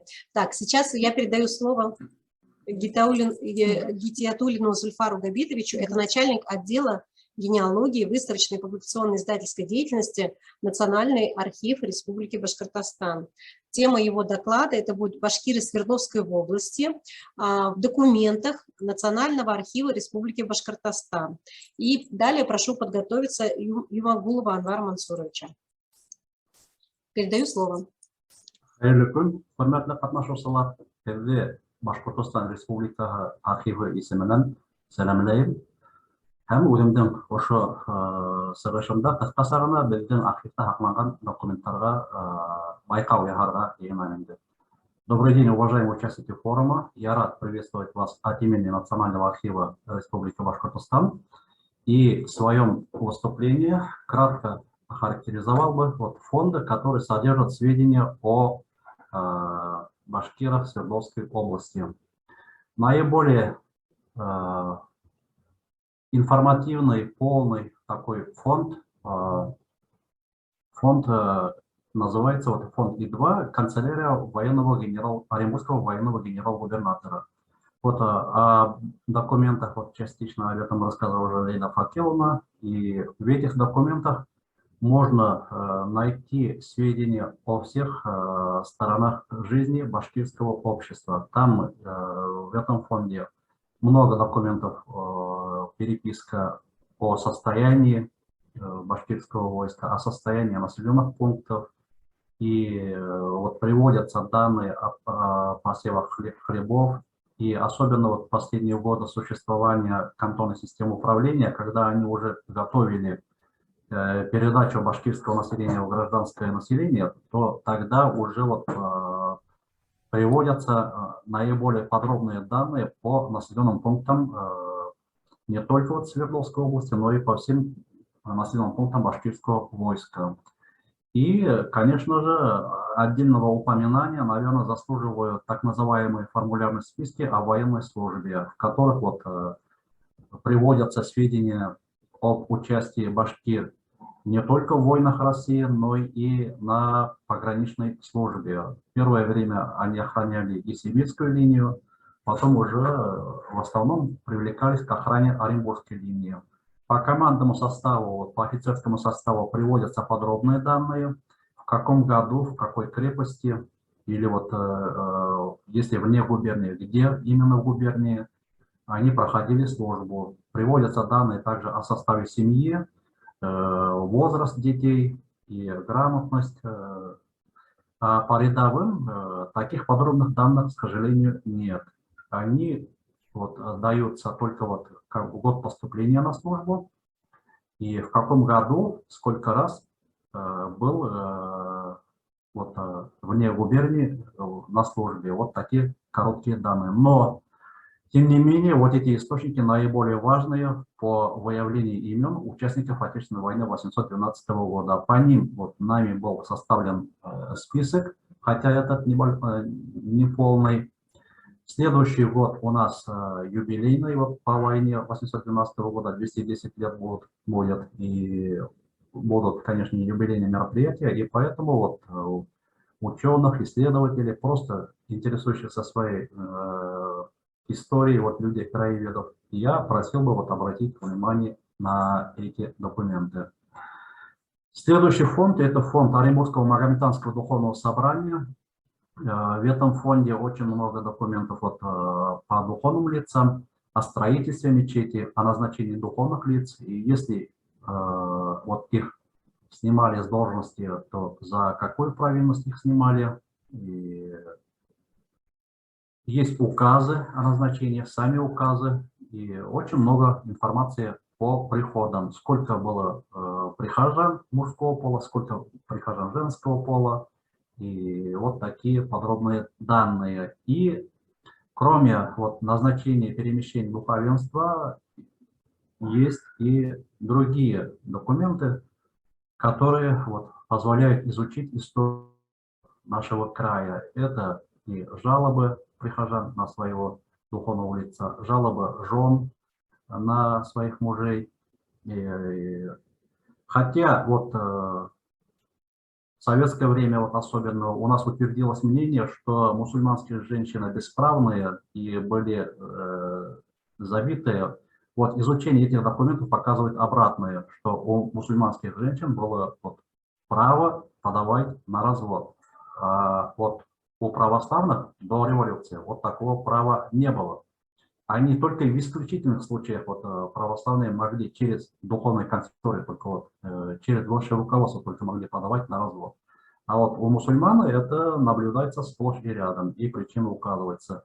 И инициаторами в основном вот разводов были и женщины. Вот если муж подавал на развод, это талак, а если вот жена подавала на рост, это называлось хлюп. И вот группа документов, метрические книги, тоже очень интересные. Вот в них можно найти сведения по каждой деревне, и в них при заключении брака вот, приводятся данные мегер, сколько Колыма вот отдавал жених. И это тоже позволяет судить нам о социальном положении наших вот сограждан, вот башкир, в определенное время.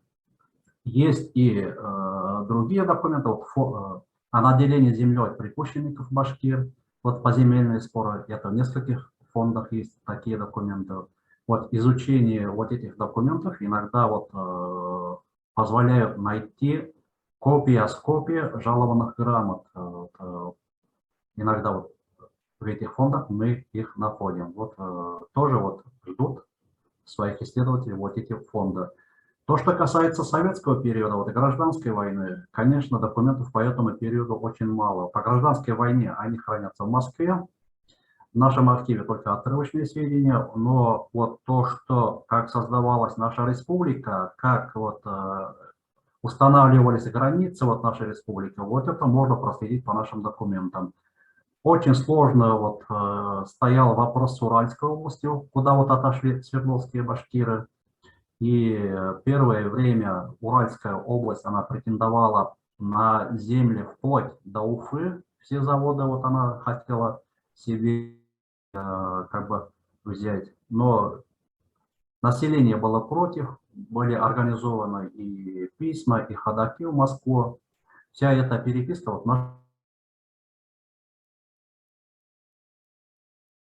за Уральской областью.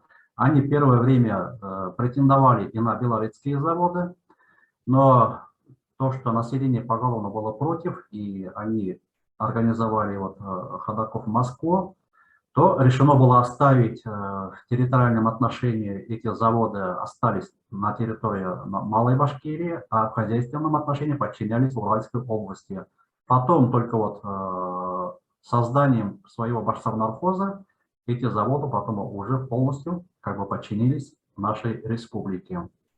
В целом, подытоживая, можно сказать, что в нашем архиве, в фондах нашего архива очень много документов по истории нашего народа, и в том числе и по свердловским башкирам. И, конечно, они ждут своих исследователей, и, пользуясь случаем, я вот приглашаю заинтересованных людей в наш архив для работы с этими документами. Но более древние документы, они, конечно, в Москве, в Российском государственном архиве древних актов, и в Петербурге, в Российском государственном историческом архиве. По военной истории, в военно-историческом архиве в Москве, это дореволюционные войны, включая и Первую мировую войну.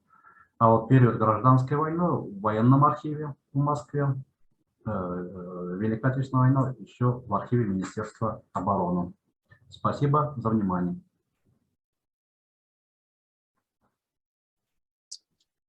Рахмет, Зульфар Габитович, за хороший доклад. Мы обратимся к вам. У нас вот как раз в офисе есть такая книга, и как раз здесь тоже вот написано, что чаще даже женщины разводились, чем мужчины. Это какой там, 18 век здесь описано. Спасибо большое. Сейчас мы переходим к Анвару Мансуровичу Юмагулову. Это председатель Народного комитета по сохранению и развитию башкирских земель, председатель Совета кооператива «Добро за добро». Тема его доклада – перспективы развития народа от наказов XVIII века, концепции глобальной трансформации в веке XIX. Нет. 21-м. 21-м, простите, пожалуйста. Прошу Молодая девушка хочет прошлое. Я очень рад, что мое выступление вслед за архивным работником, очень содержательный доклад, потому что гвоздем программы моей будет как раз архивный документ, но о нем после. Вот. Я хочу сказать, во-первых, поблагодарить всех участников, потому что, вы видите, ситуация очень сложная, и без вот таких вот диалогов, как говорил наш друг Обама, демократия – это беседа. Только в беседах рождается образ будущего. А мой доклад посвящен как раз образу будущего. И почему? Потому что Прошлое невозвратно, и оно лежит в архивах. Настоящее мимолетно, и только будущее можно управлять.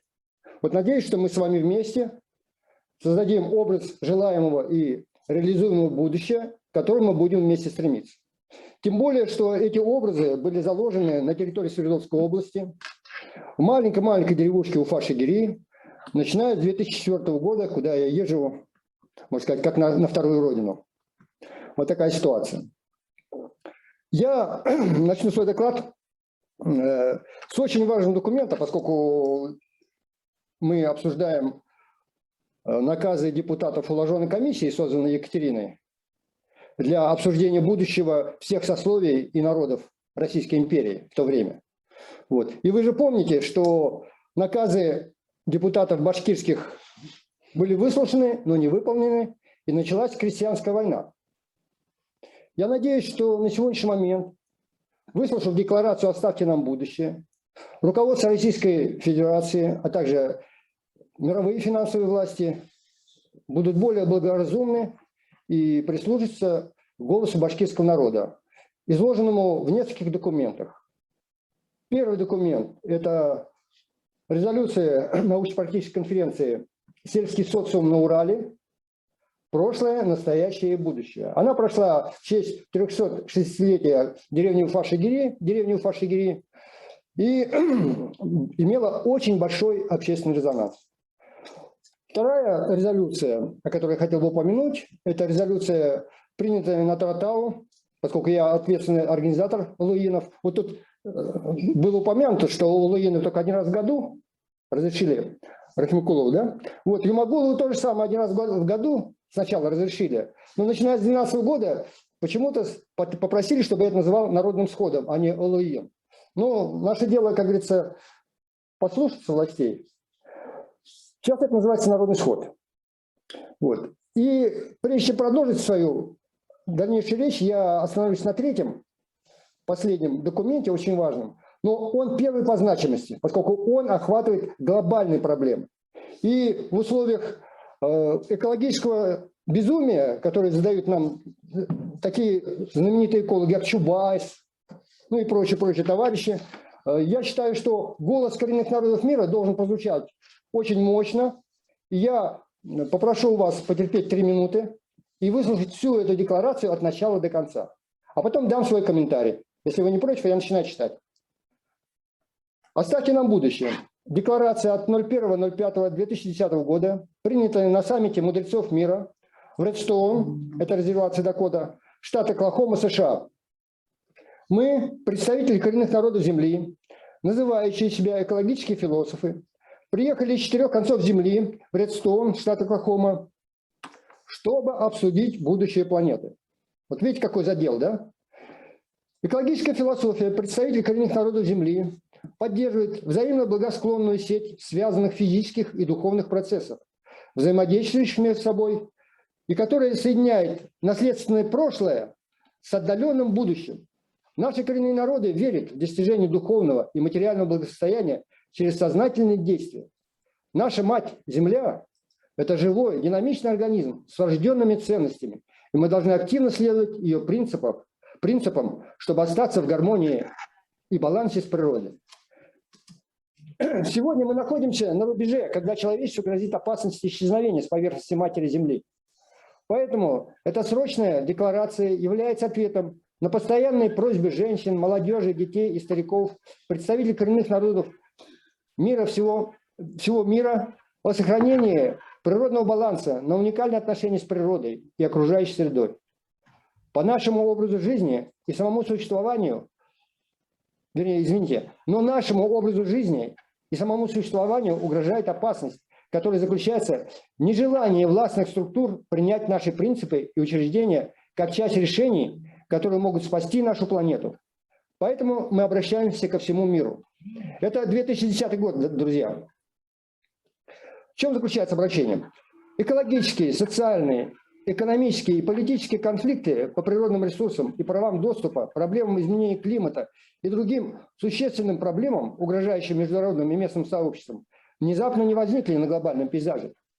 Скорее всего, они – результат исторического процесса, который сегодня затрагивает каждую область созидания. Духовные, культурные, социальные, экономические и политические структуры и ценности потеряли свои связи с сообществами и теперь сосредотачиваются исключительно на обособленном индивидууме. Видите, в период ковида это особенно заметно. Нас всех принуждает к самоизоляции. Мир переходит от круга сообщества и господства человека, приводящего к опасной экологической неустойчивости, существенным духовным и физическим дисбалансом. Этот баланс может быть восстановлен, чтобы излечить Землю, и это должно включать участие всех возрастов, рас, полов и структур, и культур. Эффективные механизмы необходимы для этого, для того, чтобы восстановить баланс, включают осуществление следующего. Первое. Признание взаимосвязи всех вещей. Вот в нашей антологии это называется единство, единое единство единиц. Я вот покажу вам книжку потом. Вот. Второе. Право на самоуправление коренных народов. Вот руководитель Свердловской области Борис Николаевич Ельцин, будучи в Башкортостане, обратился к народу и говорит: берите власти сколько хотите, лишь бы было вам на пользу. Но это обращение Бориса Николаевича, я думал, мы будем выступать в Ельцин-центре, я поэтому сюда это включил. Это обращение Бориса Николаевича было перехвачено чиновниками и генералами-силовиками, которые прихватили и бюджет, и всю власть. Понимаете? Я надеюсь, что наследники Бориса Николаевича, ну, допустим, даже Боря Ельцин-младший, поскольку его род начинается в Уфе, услышит наш призыв и встанет на, как говорится, защиту этой декларации. Продолжаю дальше. Третье. Право коренных народов на управление своей землей, воздухом, водой, территорией и природными ресурсами незыблемо. Это я опять же для чиновников повторяю. Особенно вы знаете события, связанные с Куштау. Там как раз это условие было выполнено благодаря поддержке Владимира Владимировича Путина. Четвертое. Защита и сохранение традиционных знаний коренных народов, укладов жизни, языков, культур, священных территорий и фольклора, устного народного творчества. Пятое. Приоритет самоуправления коренных народов во всех решениях, затрагивающих их сообщество. Шестое. Уважение и защита традиций сельского хозяйства и генетических ресурсов. Вот Файма упомянула, где башкирские деревни. Вот они, из-за неуважения к этим традициям, они исчезли, само собой. Седьмой пункт. Суверенитет семени. Мы должны сохранить для следующих потомков исходный материал без генетической деформации и модификации. А для этого нужна также и безопасность пищи. Восьмой пункт. Право на свободу передвижения, право на доступ, право на участие и коммуникацию в обмене экологическим знанием и культурой. Чем мы с вами сейчас и занимаемся. Далее. Мы должны гарантировать благосостояние человечества и природы. Это требует объединения людей, представителей разных национальностей, которые открыты для идей, людей мудрых, с ясным умом и глубоко человечных, и людей, разум которых выходит за пределы недоступного, проникая глубоко в их совесть и дух для поиска новых решений. Все правительства, сообщества, лидеры, люди, отрасли промышленности, корпорации должны немедленно действовать вместе, чтобы восстановить природный баланс, который является необходимым условием для длительного существования на планете Земля. Вот такая декларация. Стоп, еще не закончил, оказывается. Друзья, это компьютер у меня. Мы требуем пересмотра существующих коммерческих методов и окончания дальнейшей нежизнеспособной эксплуатации и деградации природных ресурсов для всех последующих поколений. Мы также призываем, чтобы часть прибыли была инвестирована в развитие ресурсов возобновляемых источников энергии. Мы, как представители коренных народов, экологические философы, вдыхаем жизнь в это утверждение и обязуемся осуществлять на практике эти положения. Я очень горд, что башкирский народ на этом саммите мудрецов мира представлял славный житель Свердловской области Рафхат Тагатович Исмагилов, мой соратник по борьбе за будущее всех народов планеты Земля. Теперь я скажу несколько слов уже от себя лично. Переслегин, Борис Переслегин, такой русский мыслитель, в 2011 году провел круглый стол в Екатеринбурге, назывался «Будущее Урала». И он сказал, если уральские власти, в смысле свердловские власти, не изменят своей политики, то город Екатеринбург станет объектом ненависти близлежащих городов и регионов. К сожалению, никаких рекомендаций для того, чтобы выйти из этого катастрофического положения. Группа переследования не дала. А вот мы, это вот группа активистов, в том числе и из Башкирского центра, знаем, как избежать кризисного состояния города Екатеринбург. Это очень просто, друзья. Надо выйти из проекта, который звучит так: область за городские округа. Потому что в рамках этого проекта все сельские жители, за исключением жителей тундры на севере, были превращены в горожан. И Свердловская область на сегодняшний момент представляет собой самый большой город Земли, я имею в виду по территории, на планете Земля. То есть сельским жителям там не место. А если исходить из того, что 65% башкирского населения, башкирского народа, особенно это в этой переписи выявится очевидно, живут на селе, то перспективы существования башкирского народа в Свердловской области пресечены решением нескольких групп, нескольких депутатов в разных городах в январе 2005 года. Мы судились по этому поводу очень жестко.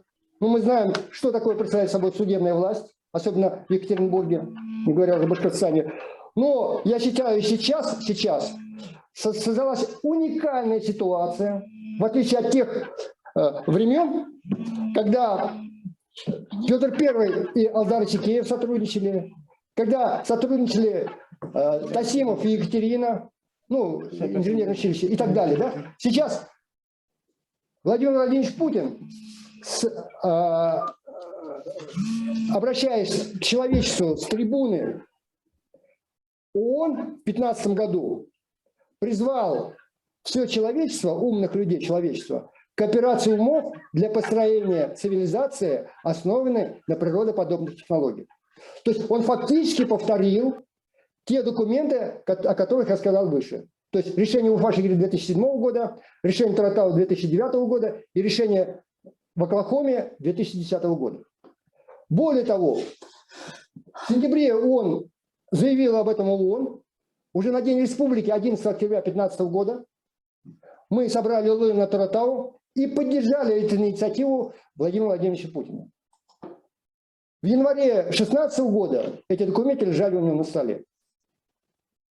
Я считаю, что вот этот саботаж решений народа и верховного главнокомандующего, и президента страны пора прекращать. И я считаю, что таким правовым основанием или информационным поводом должен стать, опять же, архивный документ, обнаруженный нами в процессе защиты жителей Уфа-Шигири. Мы обнаружили в архивах Уфы завещание клана Строгановых. Вы знаете, да? Строгановы – это, будем говорить так, олигархи типа Виксельберга, Дерипаски и прочих Чубайсов, только 16 и 17 годов. Вот последний Строганов умер как барон Римской империи. Так вот, он сказал так, по елику, дальше я по-русски, по-современному скажу. Он сказал так: а если же не будет у нас наследников, то земли все наши отдайте башкирцам. Я, исходя из Гражданского кодекса Российской Федерации, в сборнике приложений к моей газете «Личное мнение» опубликовал обращение к наследникам Строгановых. Это было 2007 год. Что прошу откликнуться наследников рода Строгановых перед тем, как начать процедуру оформления передачи земель башкирскому народу. Вот с тех пор прошло 14 лет, ни один Строганов не ответил. Ну и слава Богу. Сейчас башкирский народ, проживающий на своих родовых землях, должен приступить к процедуре взятия ответственности за будущее этих земель перед человечеством. Потому что планета Земля принадлежит всем человекам на ней живущим. Мы типа не претендуем, в отличие от латчинников, на конкретные границы и конкретные наделы. Мы говорим, планета Земля – общий дом человека.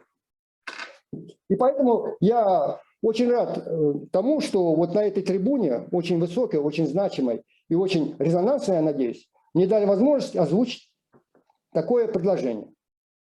Но еще один момент, очень важный. В 2018 году в городе Барнауле, тут звучало название племени Барн-Табын. Я сам табынец. Только я Кальцек Табун, Гафурский район Башкирской Республики Башкортостан.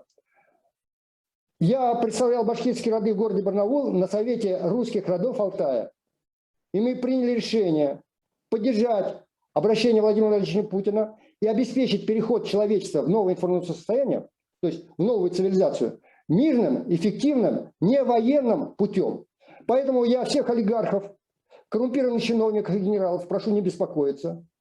Все произойдет мирно, эффективно, быстро и на пользу коренным народам планеты Земля. Спасибо за внимание.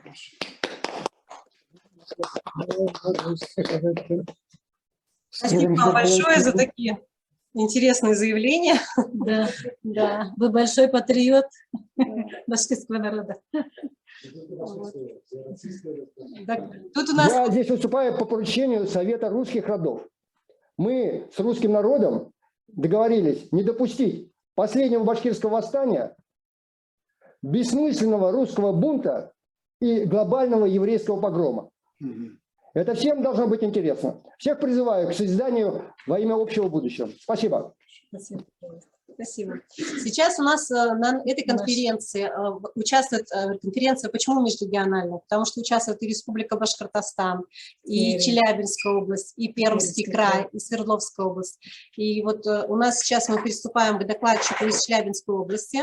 Это Самигулов Гаяс Хамитович, кандидат исторических наук, старший научный сотрудник научно-образовательного центра евразийских исследований, Южно-Уральский государственный университет, город Челябинск. Доклад «Некоторые сюжеты из истории башкир восточных склонов Урала». А подготовиться следующим докладчиком я прошу Фаила Каримовича Сайдашева. Это наш гость из Пермского края. Передаю слово.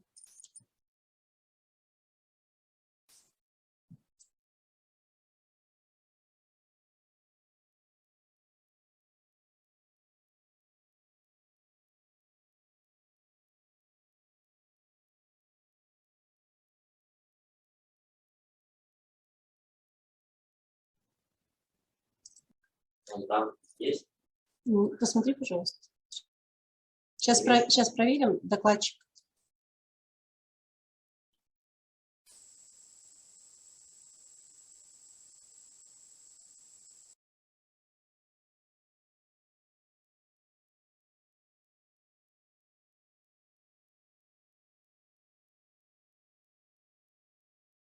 Сейчас мы подключим нашего гостя, это Фаил Каримович Сайдашев, это краевед из Пермского края, с докладом статья Шишенко о мулинских татарах, опровержение на эту статью.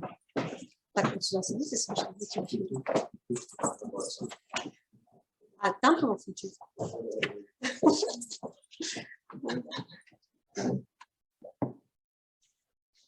Добрый день, уважаемые коллеги. Моими предками являются мулинские башкиры рода Гайна. В настоящее время они расположены в селах Каянова и Башкултаева Пермского района Пермского края. Наши грамотные предки в 17-18 веках, в период колонизации Урала, земельные проблемы решали в земских и уездных судах. В результате этой активности башкир в краевом архиве сохранилось много дел судебного производства. В конце XIX века, используя эти материалы архива, Пермская ученая архивная комиссия создавала историю Пермского края, в том числе Василий Никифорович Шишенко, который статью про мулинских татар деревень Каянова и Култаевой включил в свою пермскую летопись под 1622 годом. Я эту статью не буду зачитывать, поскольку эта статья изложена во многих изданиях. Я только зачитаю фрагмент из дела из Государственного архива Пермского края. Там хранится дело Пермского уездного суда от 29 марта 1794 года, содержание которого послужила первоисточником для статьи «Мулинские татары» краеведа Шишонка. Ниже приводится фрагмент указанного дела. 1794 года, марта 29 дня, по указу Ее Императорского Величества, Пермский уездный суд слушал прошение, поданное Пермского наместничества из округи деревень Каяновой и Култаевой от башкирцев, выбранных от миру поверенных Мухаммед Рахима Тахимова, Забаира Зайдашева, а в моей родословной есть Гузаир Сайдашев, это мой прапрапрадед, и Гайсы Шарипова на княгинь госпожей генерал-поручиц Анну Александровну Голицыну и Шаховскую, которым прописывают, что в 13 столетии предки наши, пришедшие из Азии, поселились около рек Волга и Кама и так далее. По берегам реки чудский народ победили и свое кочевье тут организовали по речкам, впадающим в Каму.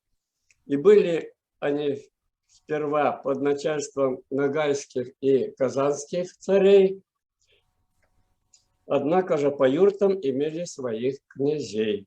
Во время государствования в России царя Ивана Васильевича, когда Казань под славную российскую державу покорена, при устье речки Мулы, которая прилегает ближе к нынешнему губернскому городу Перми, княжил у них Урак-бей Маметкулов своими подданными. А на Нижней Мулы жил и именовался князем брат Онова, малой Урак-бея Сюндюк-бей Маметкулов со своими подданными.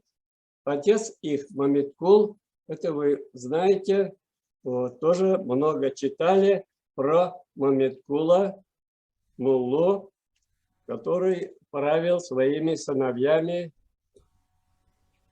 Далее.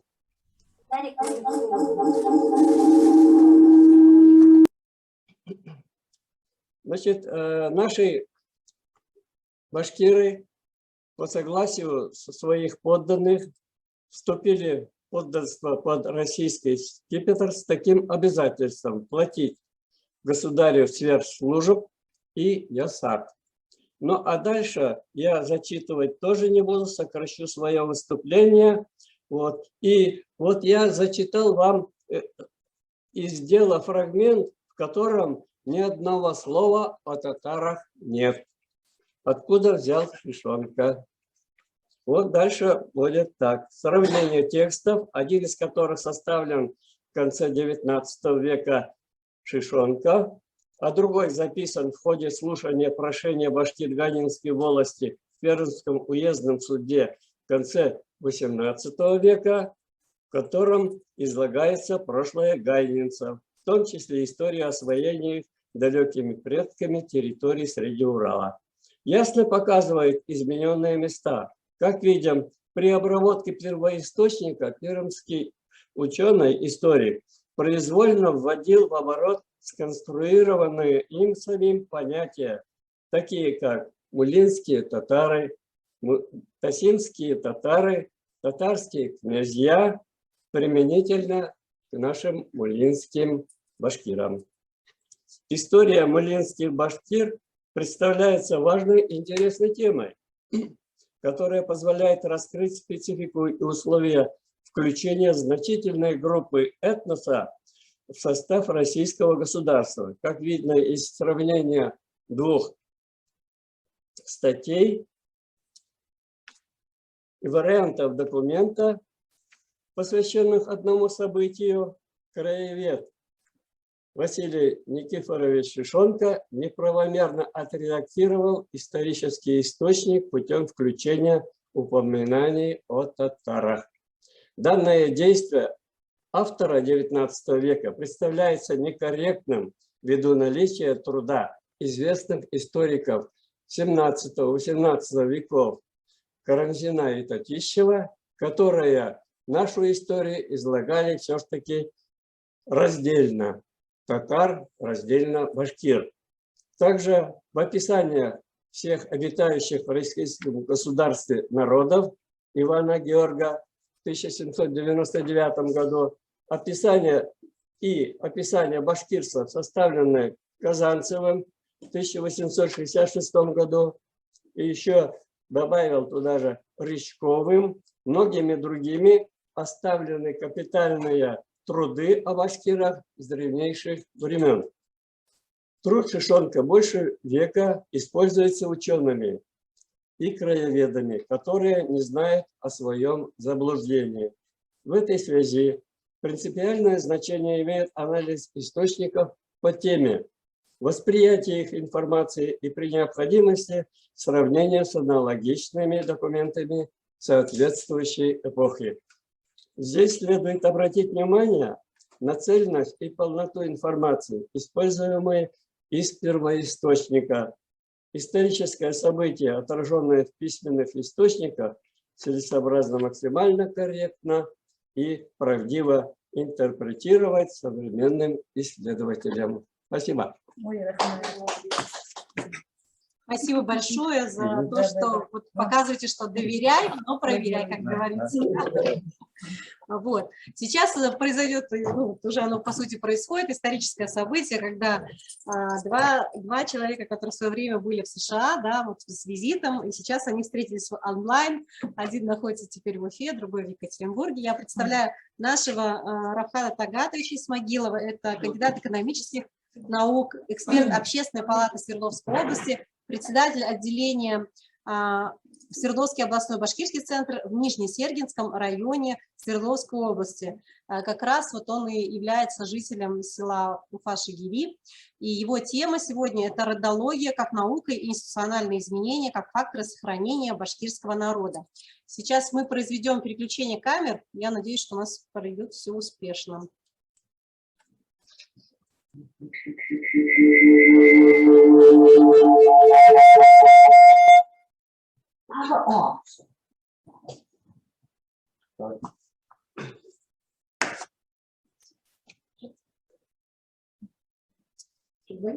Пошли. Пожалуйста. Да, можно? Кардашляр. Я очень долго готовился к этой конференции, но началом вот этого движения, понимания вот этой темы была встреча Гадуром Сухатым Лутвулычем. Действительно, он является старейшим. Валюлин Ренат. Встреча с Мажитом Язгаплаховичем. Он познакомил, мы встретились, вели беседу, и у меня началось как бы начало понимания вот этих процессов. И в течение вот этого до сегодняшнего дня мне приходилось изучать эту тему не только на региональном уровне, но и история других коренных народов, будучи в Америке, какие процессы происходят в Америке. Они приблизительно одинаковые. Есть небольшая разница, но есть какие-то аналогии, и мне бы хотелось об этом говорить. История башкир развивалась на территории Большая Башкирия, Малая Башкирия, Урал, типа резервации башкир. Третье – Башкортостан, сухой остаток после горнозаводского управления. И они назывались Ялан, степные башкортлары и Аттея. Горные, лесные, северо-западные, то есть кого мы сейчас рассматриваем в Горнозаводском районе. Башкортлары. Большая Башкирия. Мы очень внимательно прослушали все доклады, они очень содержательные и помогут нам в дальнейшей работе и пониманию вот этих процессов. Большая Башкирия – это как бы сибирская губерния. Есть самый древний деревянный артефакт в мире – шигерский идол, за который можно зацепиться, и шулганташ.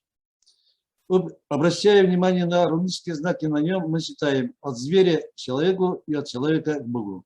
То есть человек от зверя к человеку но вот эти ступени не может перейти. Это философия наших древних предков. Возраст артефакта 11,7 тысяч лет. Скелет девушки рядом с артефактом на 4000 лет старше. По материалам Герасимова, по антропологии девушка башкирка.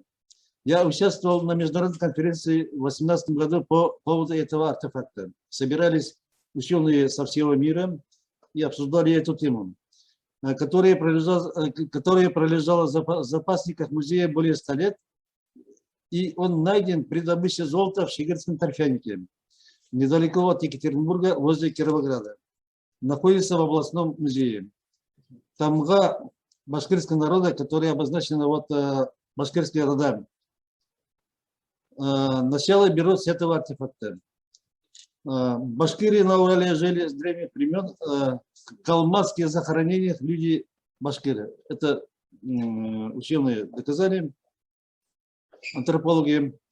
И в интервью, одном из интервью Музафаровой Наили Дьятов спрашивает, были ли мечети Верховья Кама до принятия ислама булгарами?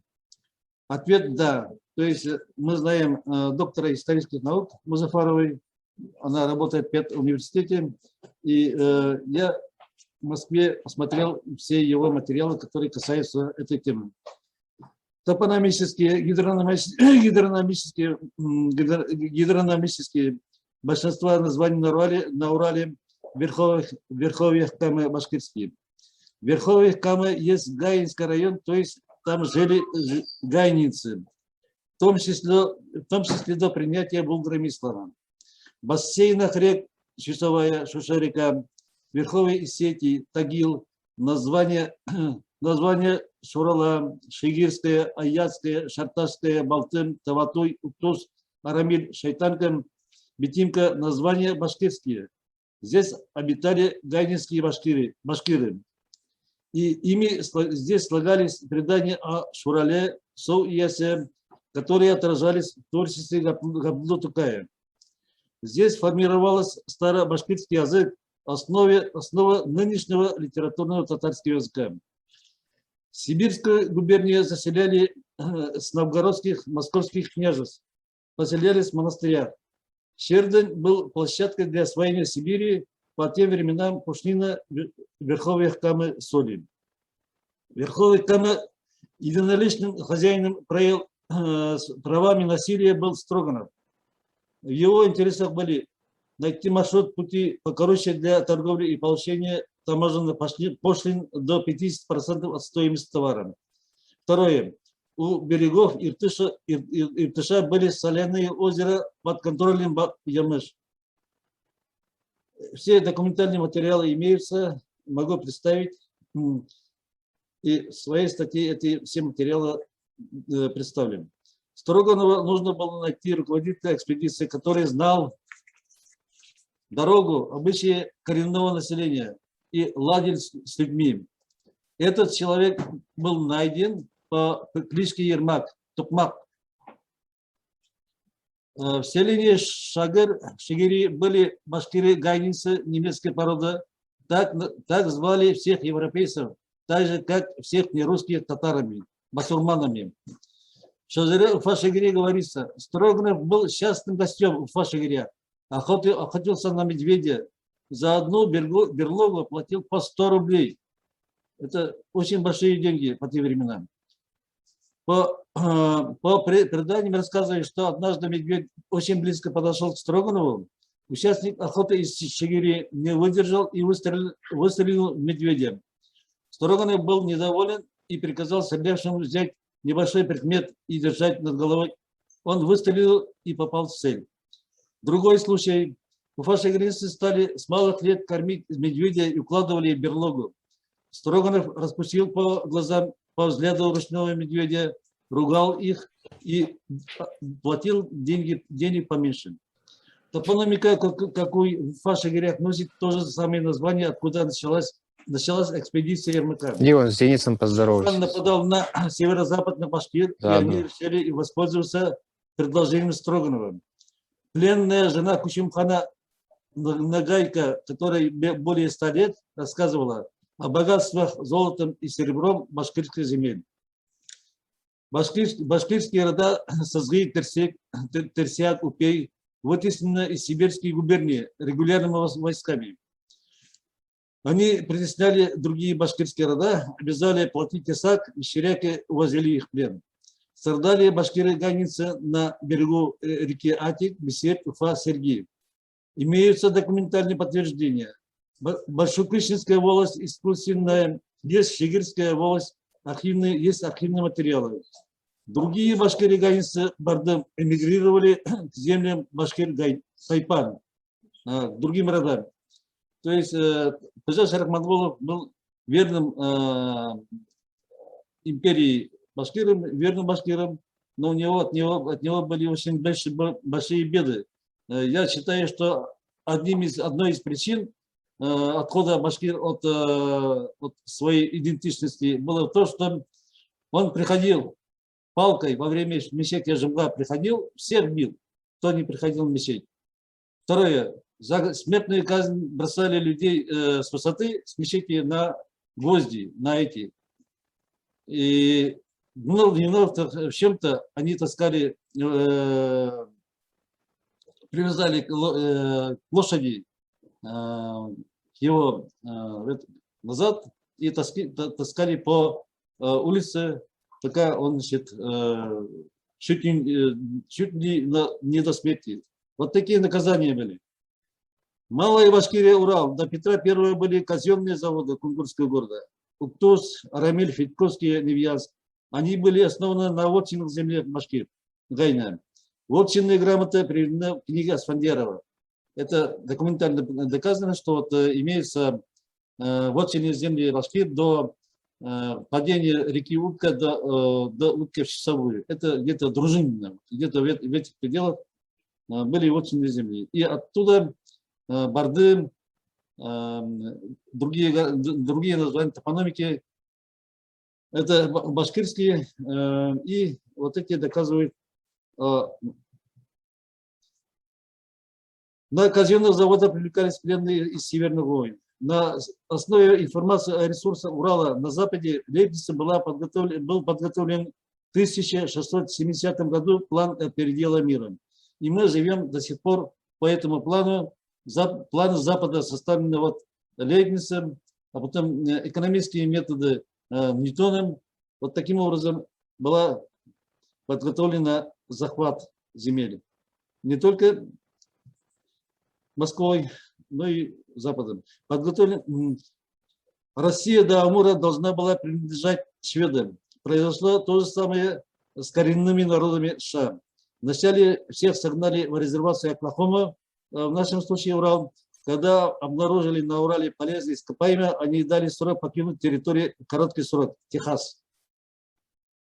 С башкирами произошло так. Но это произошло с башкирами чуть дольше, в этом разница США. Такой момент наступил в 1700-е годы, когда в Карелии исчерпаны запасы руд, не было ресурсов для ведения войн. От Петра I поручение Татищева разыскать сибирские губернии для размещения города, для управления горными делами.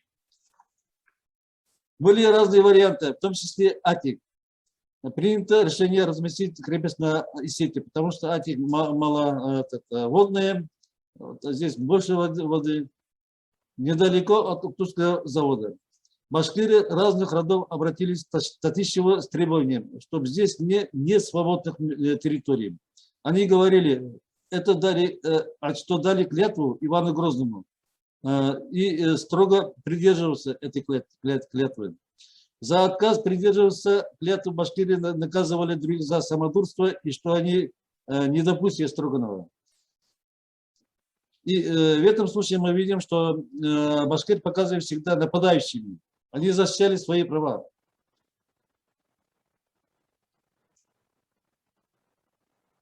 Строго так башкиры с желанием включились к горным делам, особенно гайницы и мякотинцы, Бекатин.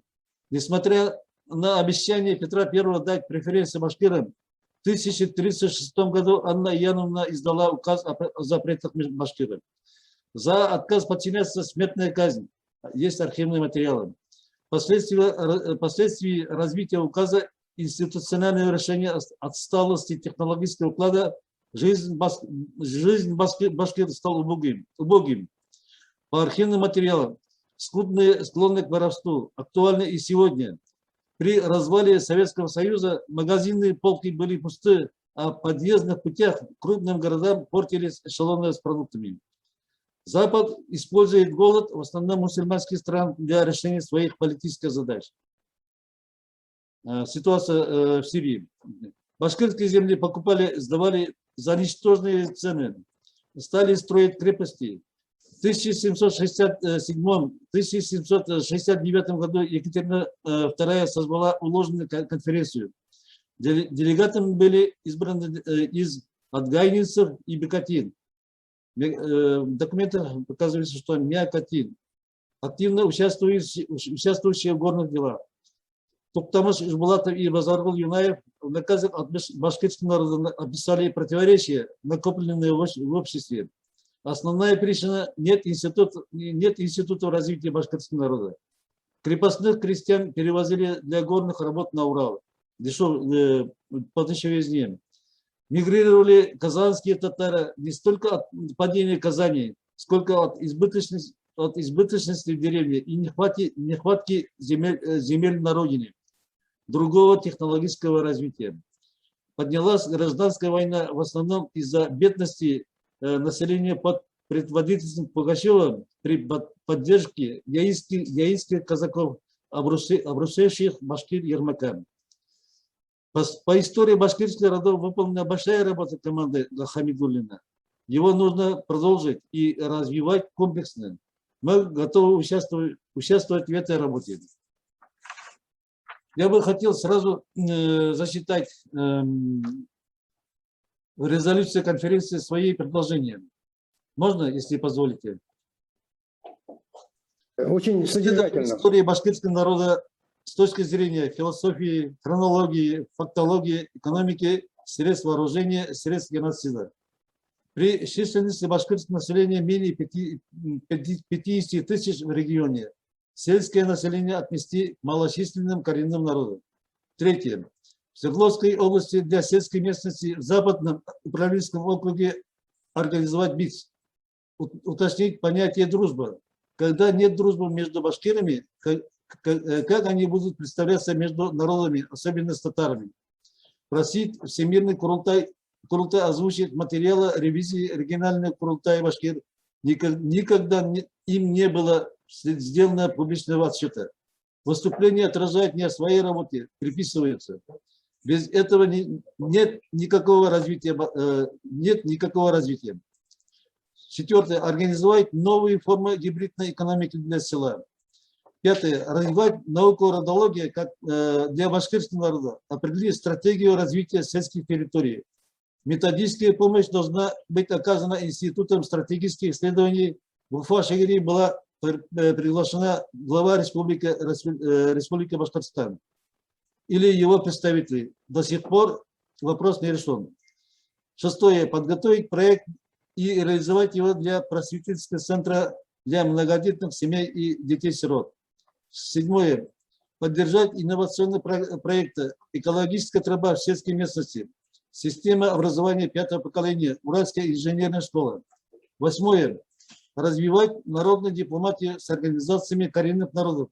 Экономическая эффективность от этой деятельности в 5 раз больше затрат. Девятое. Вести разъяснительную работу о необходимости изучения истории Башкир, поскольку она повторяется в масштабе России. Коренные народы США говорят, что больше понесли ущерб не от средств геноцида, уничтожения пищевых ресурсов, использования одеял, соспа и других, а от разделения земель по паям. Что было сделано в России? Ну, нужно учитывать опыт других стран. Десятое. Определить ответственных ученых за искажение исторических материалов. Она называется соционавтика. По вине ученых, по их неправильным выводам пришла в упадок экономика. Страна распалась. Особенно это касается башкир, хотя у них были вотчинные земли, их не допустили от использования владения к распоряжению. 11. Принять меры по преодолению бедности, особенно в многодетных семьях в сельской местности. Вот у меня все. Спасибо за внимание.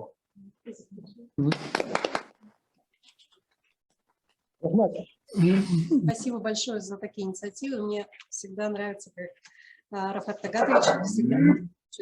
По звуку меня слышно? Нет. AUX mode. Скажите, слышно нас? Ага, хорошо. Спасибо Слышно, большое, спасибо. Рафат Тагатовичу, за ваш доклад. Я хотела напомнить, что мы ждем все доклады, впереди мне на почту, чтобы потом подготовить общий перечень докладов и выложить это в соцсети. Или издать, опубликовать. Ну, я думаю, вначале в соцсети разместим, а потом уже это опубликуем. Так, сейчас я прошу Мужавира Сагадеевича подключить звук и представляю вам Буратбаева Мужавира Сагадеевича, это руководитель отделения Свердловский областной башкирский центр в Каменск-Уральском, краевед. Его тема будет неразрывная связь истории Башкир Среднего Урала с историей башкирского народа. А следующим докладчиком будет Агишев. Прошу подготовиться. Передаю слово вам, Мужавир Сагадеевич. İşleme. Havum hayat.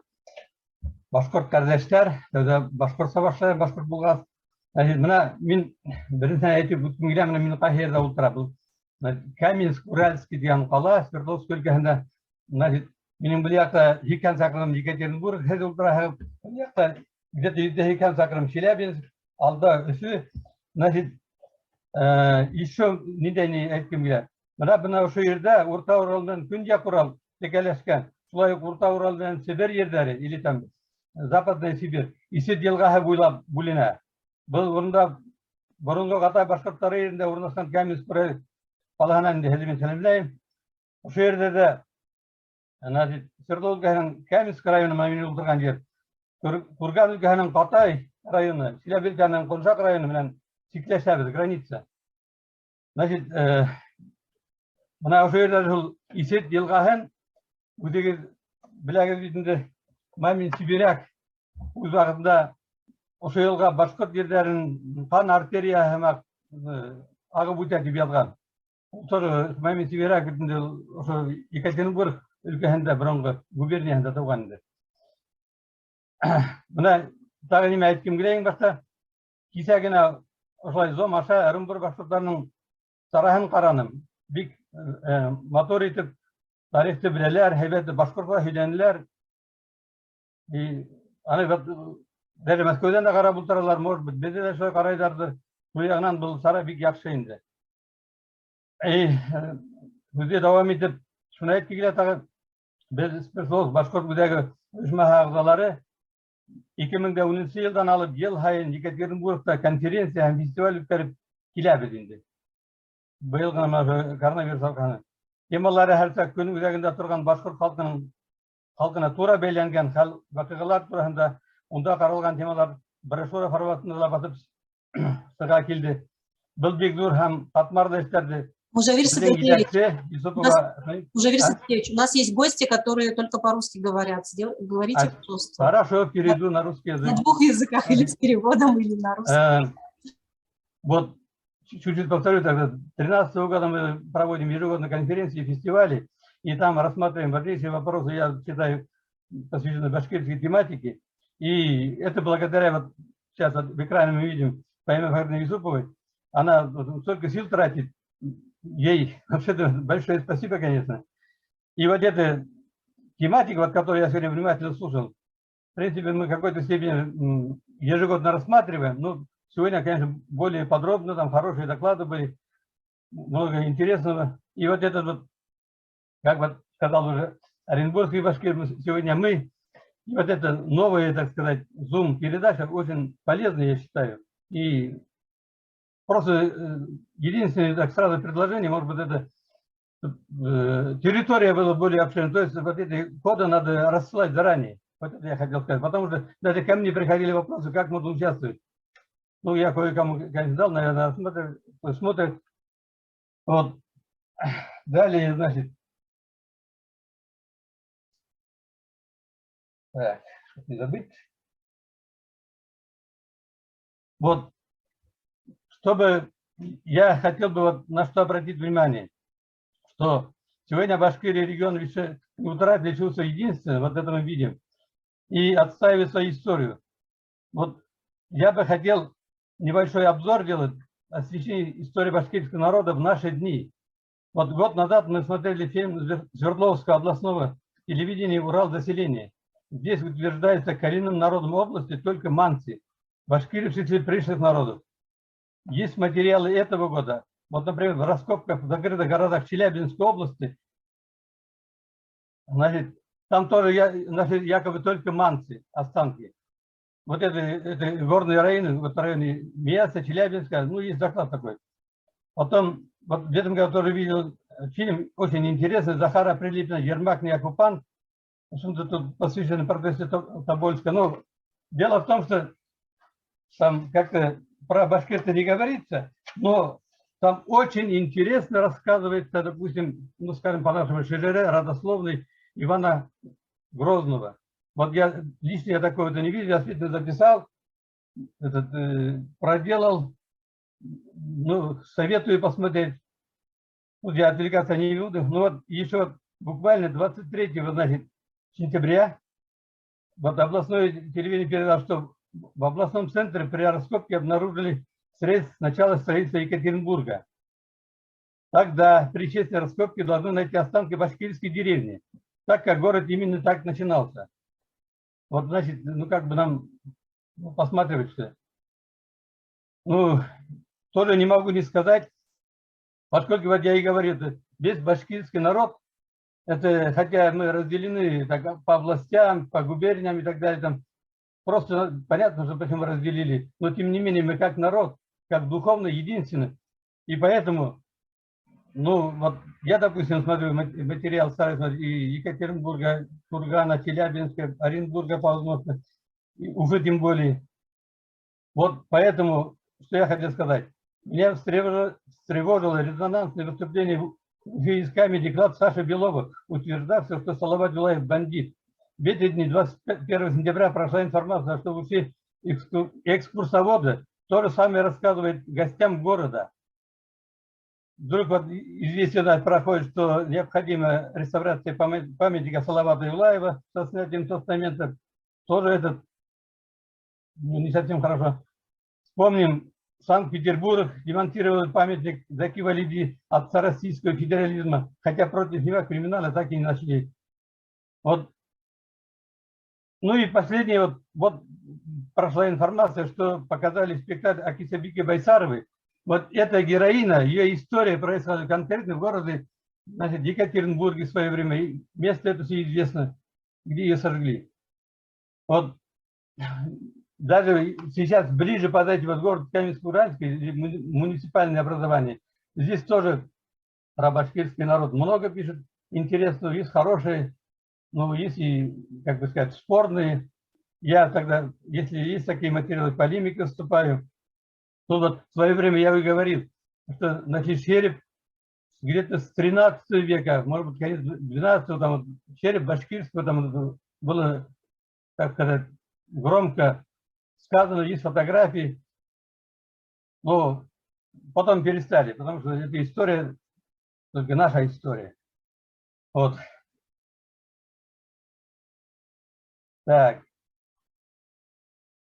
Ну вот то, что я сказал, и что над фильмы снимается, то что, о чем это говорит? Это говорит о том, что нашей башкирской историей вообще-то очень много людей интересуются. Я знаю, вот, сам лично разговариваю, да, наша история интересна, она героическая и трагическая, ну и великолепная. Значит, вот поэтому нам необходима борьба с искажениями истории башкирского народа. Вот все-таки есть это искажение. Вот я попросил бы ученых, значит, Уфы на это обратить внимание, ну, как и мы, как и я, скажем так. Поскольку я вот таким вопросом уже более детально занимаюсь, более 10 лет, вот я в свое время издал такую книгу, вот это до сих пор меня спрашивают, вот такая вот книга есть, я автор. Значит, даже то, что вот сегодня я выступаю, ну вот, не знаю, сумею ли показать, но во всяком случае я вам хотел показать следующее. Вот этот мой доклад, мой доклад иллюстрированный, в принципе, такая небольшая книжка. Вам видно, да? Вот теперь это таким образом еще продолжу. Вот даже сделал 2 планшета. Вот я сейчас показываю, вот за мной, это вот у меня моя шажара, это тоже в чистом виде, не только моя шажара, это, как бы сказать, это, на самом деле история башкирского народа. Вот тут есть, оказалось, моих предков, вот люди, те, которые вот царями встретились, допустим, этот Искибей. А вот шажары не видно, надо как-то камеру показать туда, чтобы видно. Сейчас давайте попробую. Ну, это, если что, я потом могу отдельно. Так, вот тут надо подробно. Да, и я сейчас попробую вам это через компьютер, если меня. Ну, суть-то в том, что вот это, тут многие, вот, начиная, ну, как Урал Батара и так далее, там Алдар Батара, оказывается, мои, вот это, мое, кто знает, это Сураж Батар, вот богатыри, это, в общем-то, вот как раз это для своих детей, для своих друзей сделал, родственников, из большой шедевры. И вот это вот тоже своего рода, так сказать, чем занимаюсь. И вот я вот с этой стороны, вот то, что я вам говорю, наверное, плохо видно. Вот тут вот тоже доклад мой, практически иллюстрированный, то, что я вам говорю. Но я вам вышлю в электронном виде. Вот это, в принципе, иллюстрированная вся история Урала, Большого Урала. Это от Екатеринбурга, скажем, до Оренбурга, Челябинск и так далее. Там все те документы, вот именно документы, то, что я нашел, значит, систематизировал, ну где-то как комментарий написал, но получилось это как бы, ну, путеводитель, скажем так. Вот те, кто мне видят, смотрят, ну, людям нравится, скажем так.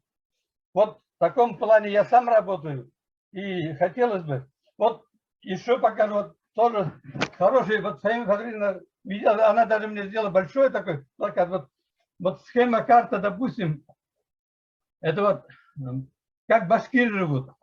Вот карта Башкортостана, и вот если вот сделать такой вот квадратик, вот эти, так, стороной, по-моему, 400, так, 300 километров, так, вот это все артефакты Уралов входят сюда, то есть практически вот где башкиры живут, вот это Уфа, Шигири, Аркаим, Чульгантар, все вот это квадрате, стороной 300 на 300, вот это все, вся история Урала здесь, на то пошло. Все это в Челябинской области, и в Курганскую область попадается. Там. Ну вот в таком плане тоже сделано.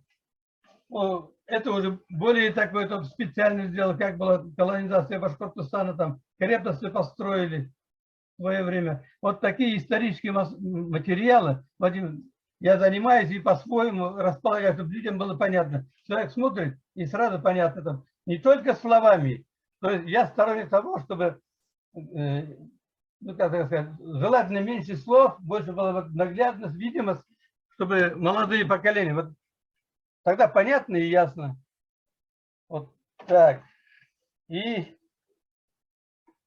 вот я, кстати говоря, просто хотел добавить, вот на днях мне вот внук 5 класса обратился с материалом по эпосам, помог, значит, подготовил материал об эпосе Урал-Батыр. В школе заметили, в общем-то, подготовили еще. Значит, вывод у меня какой? Нельзя разделить прошлое башкирского народа по областям, губерниям, как это сделала царская власть для уничтожения башкир как народ. Пока до сегодняшнего дня жив мой народ и наступают другие времена, то нам необходимо продолжить начатое объединение башкирского народа. Для этого в первую очередь необходимо сохранить свою уникальную и гордую историю, не давать кому бы то ни было глумиться над ней. Здесь, безусловно, велик роль Всемирного Курултая Башкир и ученых из Уфы, особенно в изучении архивов в соседних областях, областных центрах и участие в раскопках на их территориях. Ну, считаю я, что мы, ну, все мы недостаточно работаем в этом направлении. Башкорт халкын туплауда һәм бирләндерүдә дәвам итәргә кирәк. Рәхмәт. Спасибо за внимание.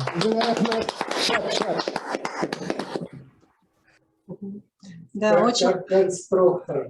Да, очень хороший, как вот, да, как конструктор, вот эти схемы, то есть поэтому Очень хочется эти визуальные картинки присылать их Фаиме, чтобы чтобы она все подготовила и сделали общий материал. Обязательно пришлю. Фаима Фахридовна, кое-что видела, правильно? Да, да.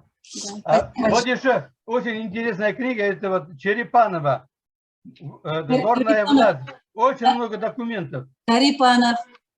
У нас, Карипанов, извините. у нас в офисе Башкирского историко-культурного И там везде написано, что как только серьезные документы, то башкиры. А там пишут татары.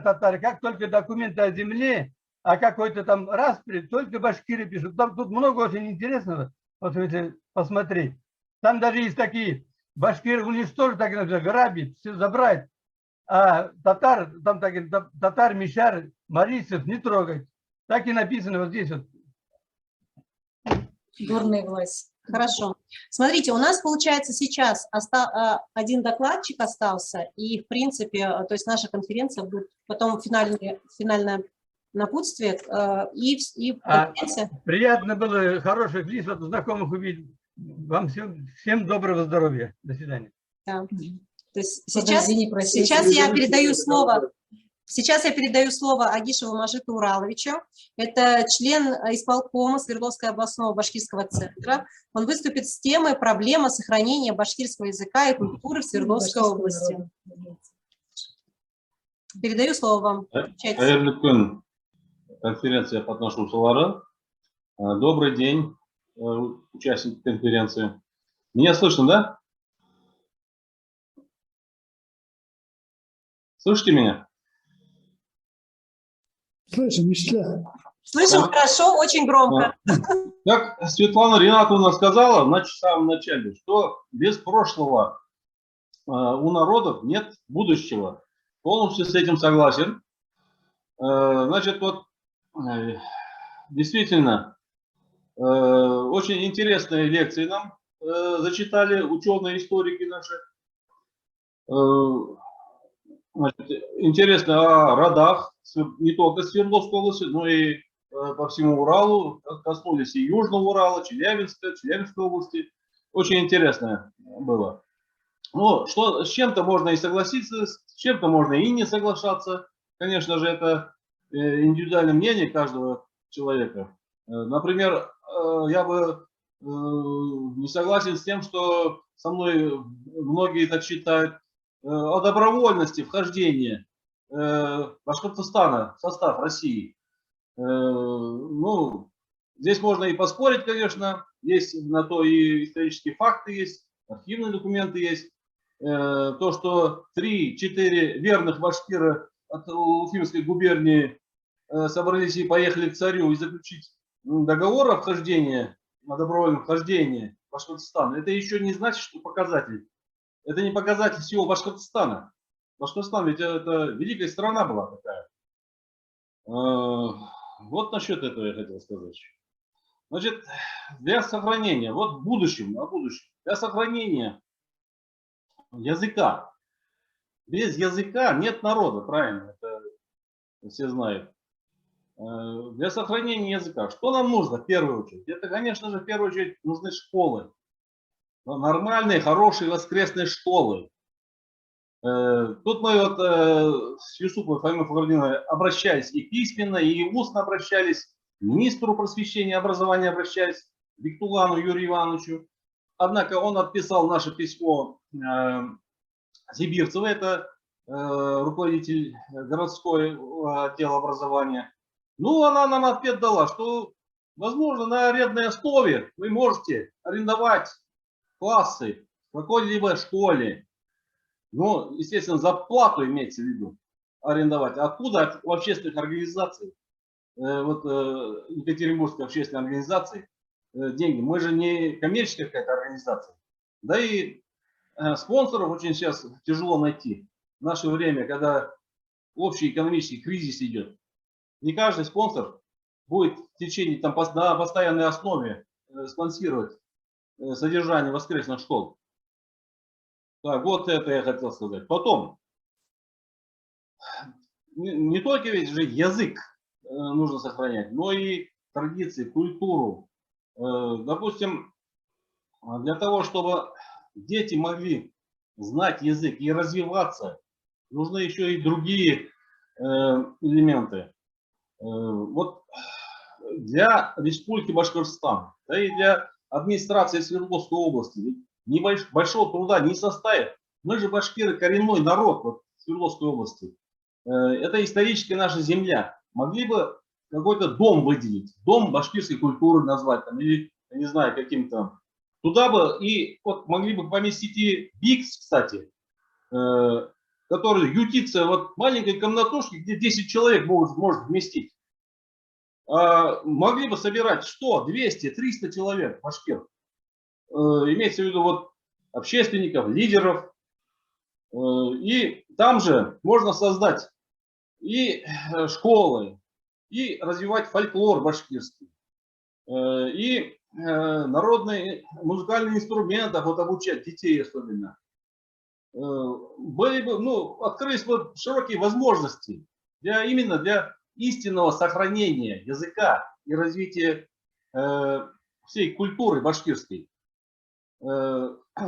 Вне пределов Башкортостана очень сложно сохранить язык, потому что вот идет беспощадная ассимилизация башкир. Через 50-100 лет, я вот не знаю, в республике-то может еще сохраняться башкир, а вот вне пределов Башкортостана наши внуки, правнуки уже не будут знать языка башкирского. Идет ассимилизация башкир, ассимиляция. Нужно популяризировать башкирский народ, башкирский язык. Для этого что нужно? Вот у нас вокруг Екатеринбурга около 40 деревень были. Ранее они башкирские были деревня. А сейчас они считаются татарскими деревнями. Возьмите тот же Уфа-Чигири. Да там 3-4 башкира найдете вы. Остальные себя идентифицируют татарами. Почему? Ну, я анализ сделал. Да потому что ганинские башкиры, в основном там переселенцы из северо-восточных регионов Башкирии, во времена Строганова еще переселились. Угнетая их, этот башкирский народ, они дальше уходили. Конечно же, о никаком выкупе земель речь не шла. Земли, башкирские земли, отымались, просто отнимались. Или же за символическую плату выкупались и перепродавались еще несколько раз за большую цену тем же коммерсантам. Так вот, о деревнях. Вот предлагаю Башкирскому информационно-культурному центру организовывать бы вот выезды историков из Республики Башкортостан, историков, чтобы они могли бы приезжать и зачитывать лекции архивным работникам, помочь изучить ШЖР, ихние ШЖР.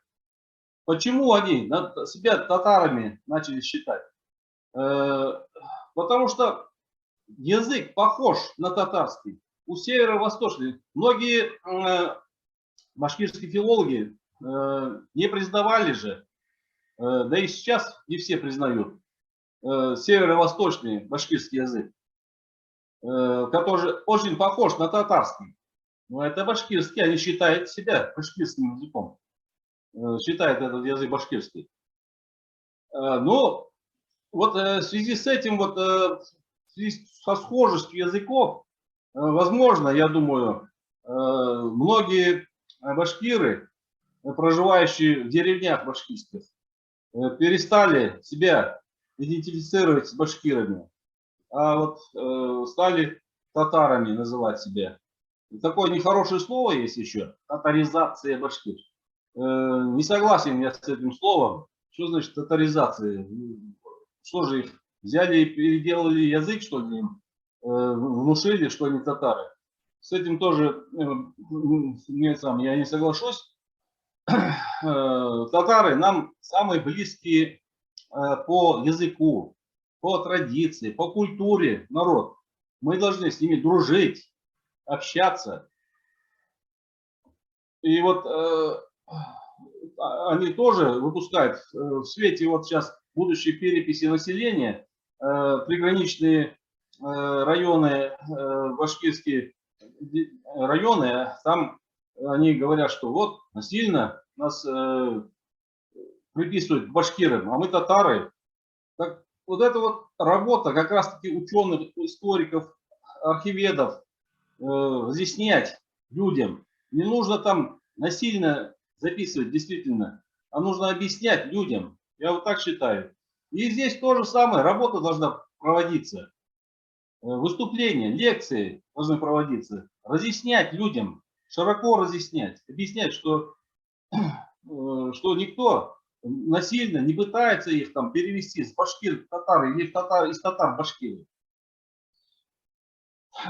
Еще, касаясь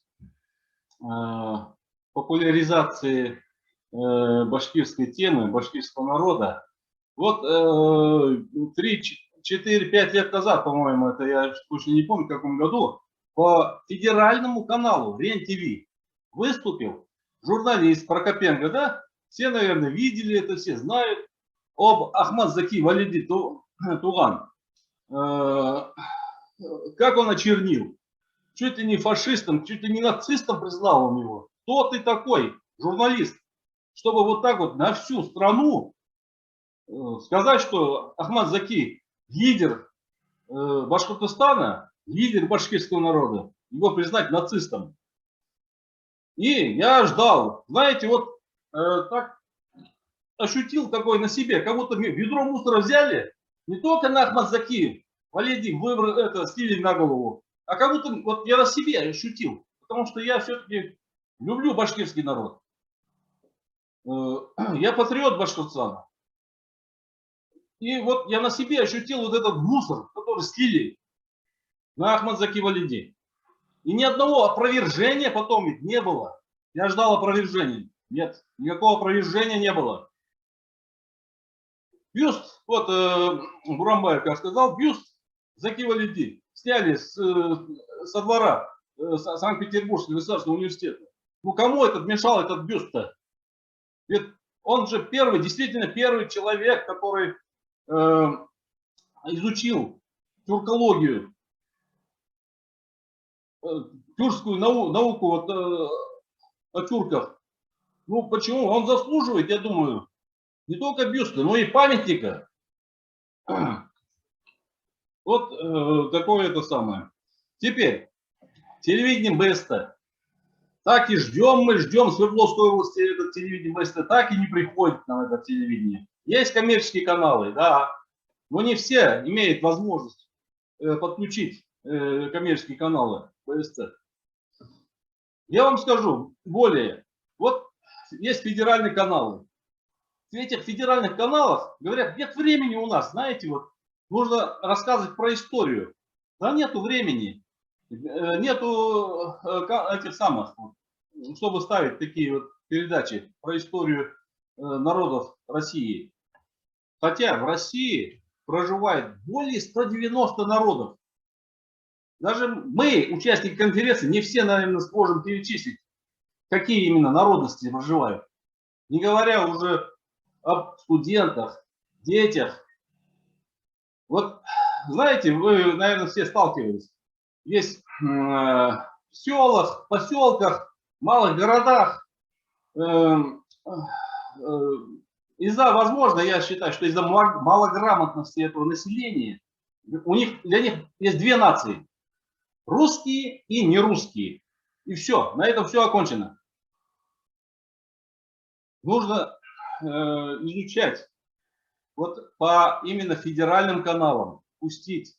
Вот это, об этом нужно ходатайствовать властям, чтобы вместо вот этого пошлых каналов, Дом-2, там, Comedy, Club и так далее, и всякой пошлости, всякой этой пошлости ставить нужные для народа в России передачи. Рассказывали бы там, изучали бы, показывали бы истории народов России, какие здесь живут. Понимаете? А мы что показываем? А мы воспитываем детей на передачах Дом-2. Стыдно должно быть. Вот. Россия все-таки является многонациональным государством.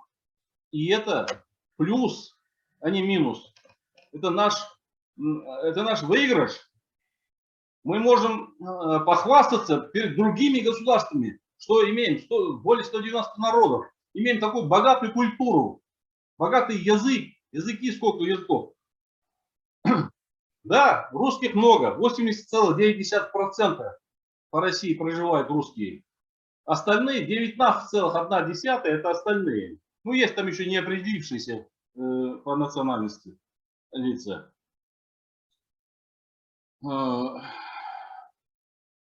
Вот именно вот популяризация башкирского народа, вот это имеется смысл. Когда мы сохраним и народ сохраним свой, и языки, и культуру, и будем дальше уже можем мы говорить о развитии. Сейчас рано еще говорить о развитии языка, там, культуры. Дай Бог мы там сохранить бы хотя то, что мы имеем. Вот о чем хочется сказать. Вот. У меня все. Молодец. Спасибо большое, Рахмет. Это очень перекликается вообще с задачами Башкирского историко-культурного центра в Свердловской области. И я хочу сказать, что на сегодняшний день у Башкирского историко-культурного центра 78 партнеров в Свердловской области. И у нас уже есть договоренности о бесплатном предоставлении помещений для уроков. То есть библиотеки Свердловской области готовы с нами работать и бесплатно давать свои помещения для того, чтобы приходили уроки. То есть нам нужны преподаватели. То есть этот вопрос с Министерством образования Республики Башкортостан мы как бы ему озвучили. И сейчас у нас еще проговаривается о формате онлайн-образования. Как раз сейчас идут курсы, наборы на курсов. Так что это мы потихонечку хотя бы таким образом будем возобновлять. Но я хотела бы сказать вот акцент с точки зрения сохранения языка. То есть у нас на самом деле, вот как то, что я вижу в Свердловской области, у нас есть желающие, которые хотели бы говорить на башкирском, но они даже его не знают. И поэтому вот это вот первичное даже вовлечение главное.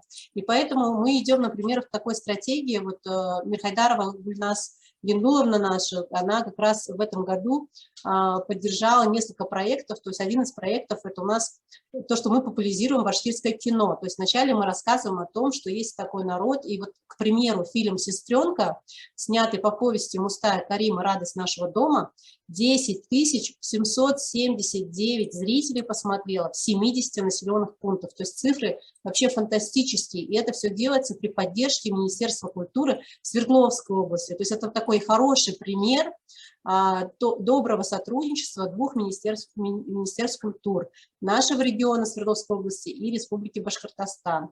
Потом летом, к примеру, у нас состоялся визит в три района Свердловской области, называется он «Зов предков». Это проект, который еще придумал Султан Муратов Ильгиз Замфирович, который в прошлом году его прошел по гранту, защитил. И в этом году мы как раз были с визитами и в Красноуфимском районе, были и выступали, и посетили там памятник Салавату Юлаеву, и были в Аракаево, например, с концертом, и в Преданниково выступали. И у нас там просмотров составило на тот момент, то есть у нас так как был гибридный формат, и онлайн, и офлайн, то есть очно у нас участвовало порядка 600, по-моему, гостей было в общей сложности, а онлайн нас посмотрело порядка 10 тысяч, то есть тоже охваты были очень большие. И интерес был очень большой. И вот когда Республиканский центр народного творчества поехал с мастер-классами, например, в Красноуфимске у нас было 104 участника. То есть интерес к башкирской культуре, к башкирскому языку,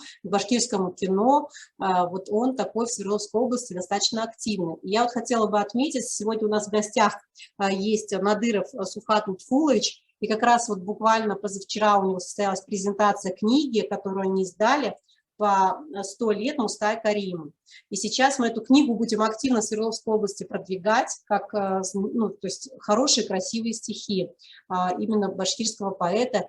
И в следующем году у нас появятся права на показ, ну, у нас есть уже предварительная договоренность с Айнуром Аскаровым, которого мы всячески поддерживаем, который снял «Отряд Таганок», и через кино мы будем продвигать интерес вот к башкирской культуре, к природе, к языку. И самое главное, что это фильмы направлены на всю семью, от возраста там 6 6+, ну, то есть от возраста детского, да, что могут там дети видят историю мальчиков там 9 лет, 6 лет, да, то есть вот это вот как бы такое теплое очень.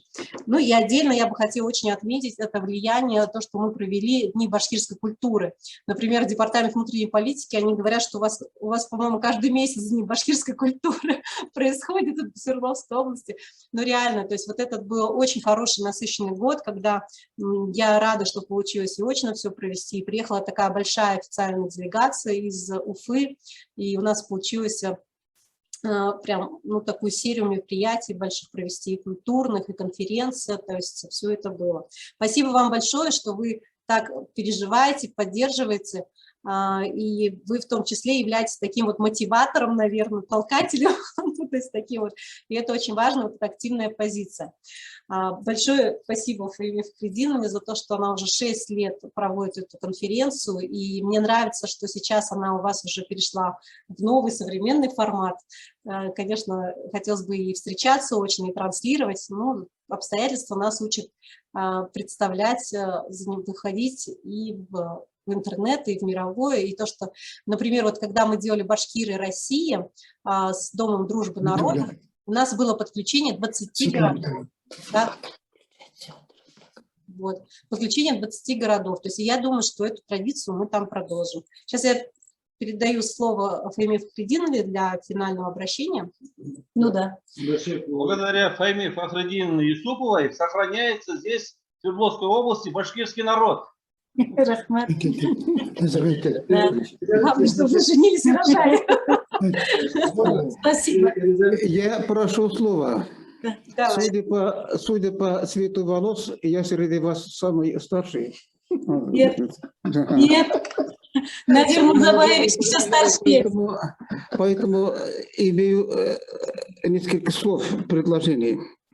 Во-первых, состав программы конференции очень продуманная, интересная.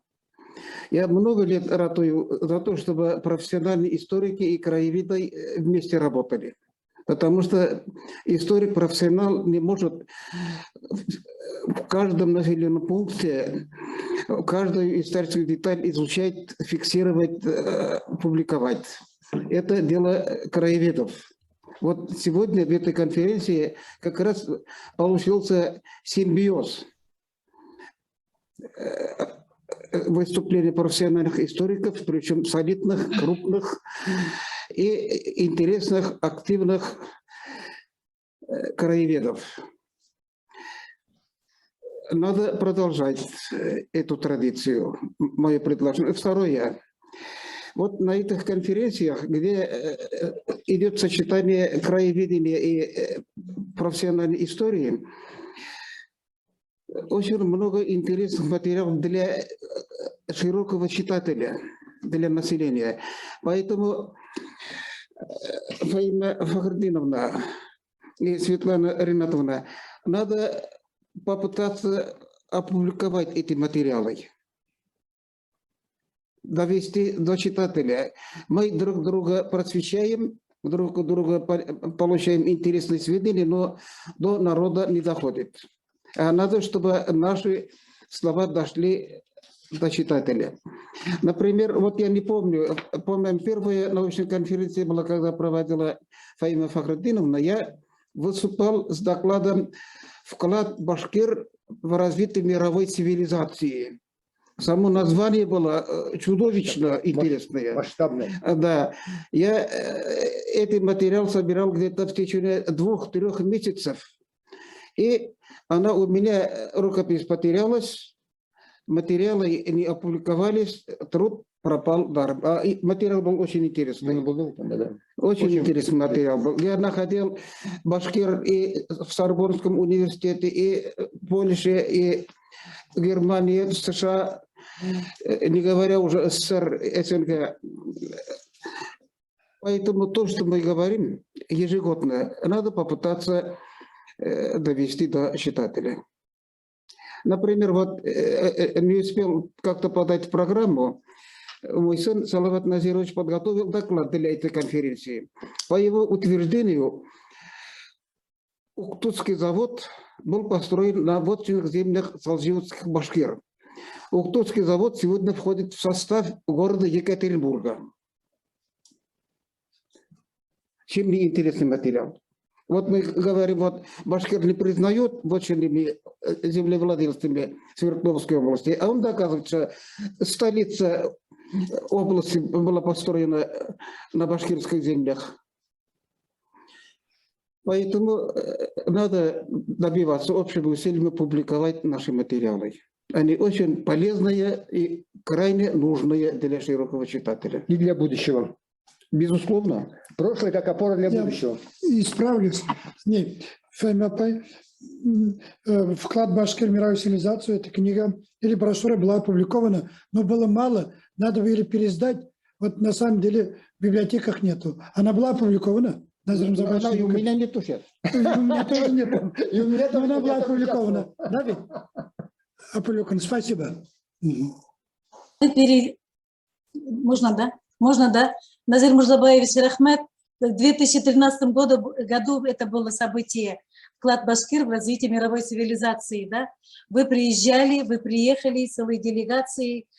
Мы эту книгу, то есть по материалу этой конференции мы издали, потом на следующий год снова переиздали, но мало, конечно, в малом количестве, спонсоров нет, вот, поэтому если в общей вместе собраться, но вот этот материал этой конференции, вот Светлана Ринатовна, пока обещаем, что? Вот смотрите, я вообще предлагаю все материалы выложить в социальные сети, потому что, вот, например, наша группа ВКонтакте – это более 3000 участников.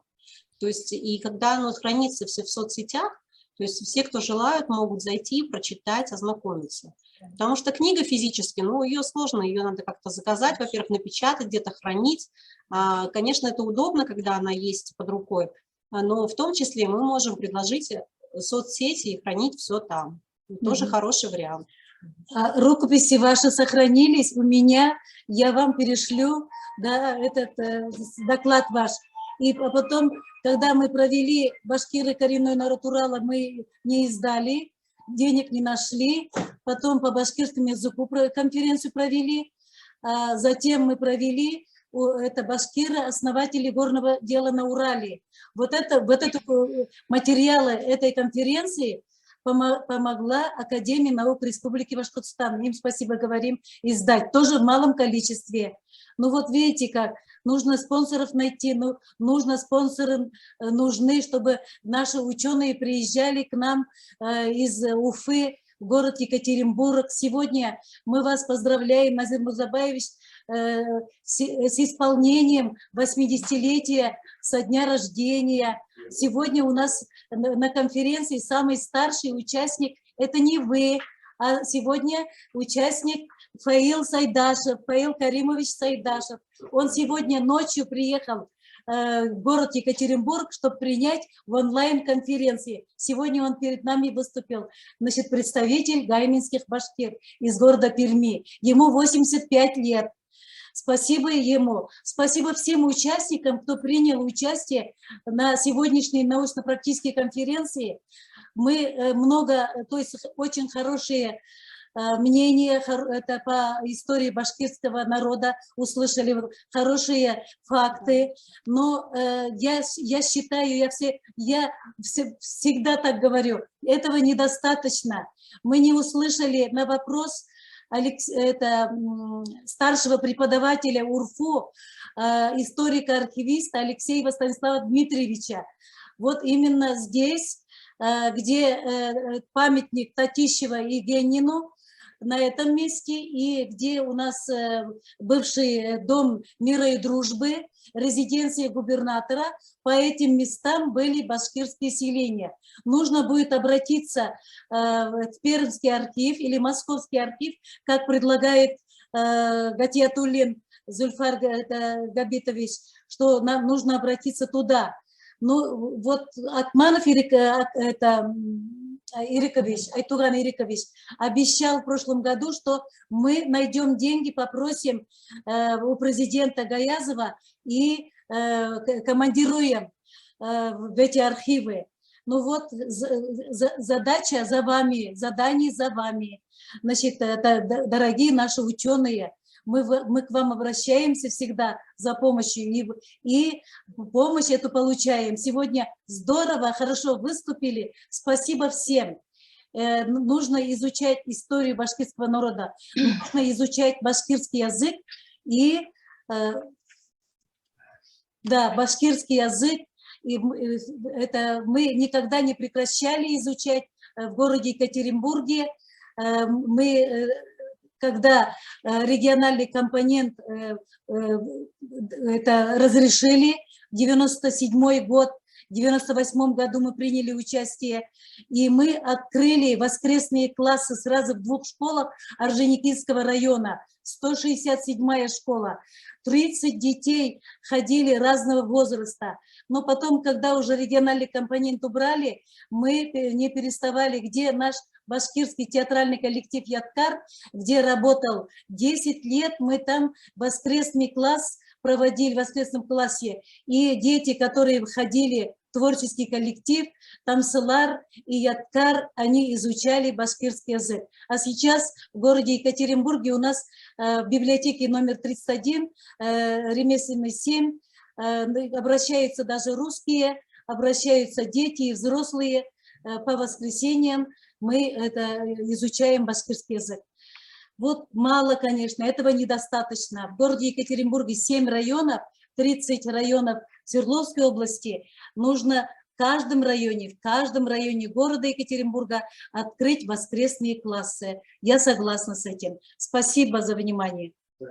Можно? Давайте тогда сделаем. Большое спасибо за поздравление с днем рождения. С господином, то есть товарищем Сайдашем мы знакомы, встречались в Перми, он мне подарил свою книгу у меня в личной библиотеке.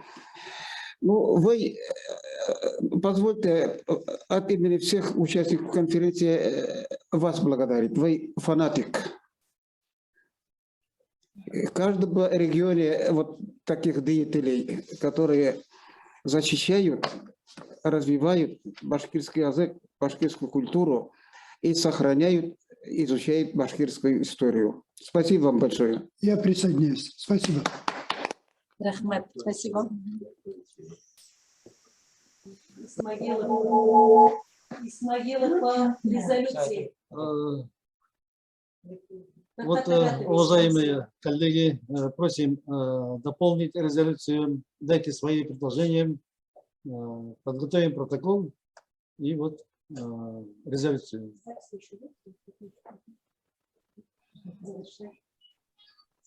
Да. Да, свои предложения приняты. Да. Буквально минуту дайте мне, пожалуйста. Я с самого начала сижу, слушаю всю конференцию.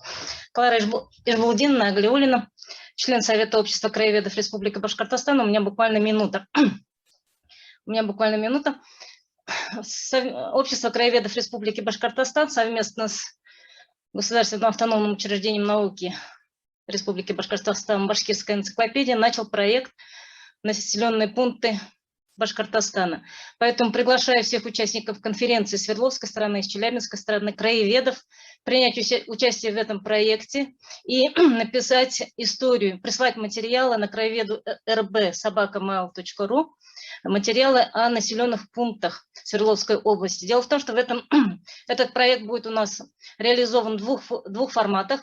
Онлайн энциклопедия «Населенные пункты Башкортостана», где помимо населенных пунктов Республики Башкортостан будут включены статьи о населенных пунктах исторического Башкортостана. Все эти статьи будут иллюстрироваться и копиями архивных материалов, и фотографиями. И, конечно же, будет издана книга, энциклопедия, справочник «Населенные пункты Башкортостана». Вот такое, скажем, сообщение я хотела сделать, и надеюсь, что историко-культурный центр и общественные организации Башкир-Свердловской области поддержат это начинание. Жду вас на связи. Спасибо. Увидеть вас, увидели. Спасибо. Ну что? Ну, на этом наши насыщенные 3 часа общения подошли к финалу, к логическому. Да, 3 часа, вот представляете, Да. так столько интересного, и время пролетело незаметно. Спасибо большое за такие яркие образные доклады. Мужавир Сагадевич, да, спасибо большое, что у нас такая большая география получилась, и Уфа, и Екатеринбург, и Каменск-Уральский, и Челябинск, и Пермь приехали в гости. То есть классно, что у нас получилось сегодня пообщаться. Я думаю, что в следующем году, во-первых, то, что сейчас, я надеюсь, что все докладчики пришлют свои материалы, мы все соберем, подготовим и сделаем хороший такой интересный информационный пост в соцсетях. То есть там, смотрите, плюс, значит, смотрите, это будет вы все тоже будете ставить, да? Да. То есть у нас есть Свердловские башкиры ВКонтакте, есть башкирские башкиры в Инстаграме, в Фейсбуке, то есть находите меня, Светлану Ринатовну, находите вас, Свердловский областной башкирский центр, то есть посты будут там размещены. Спасибо всем большое. На этом наша конференция завершается. Всем здоровья, не болеть, дальше развиваться. Да. Спасибо большое.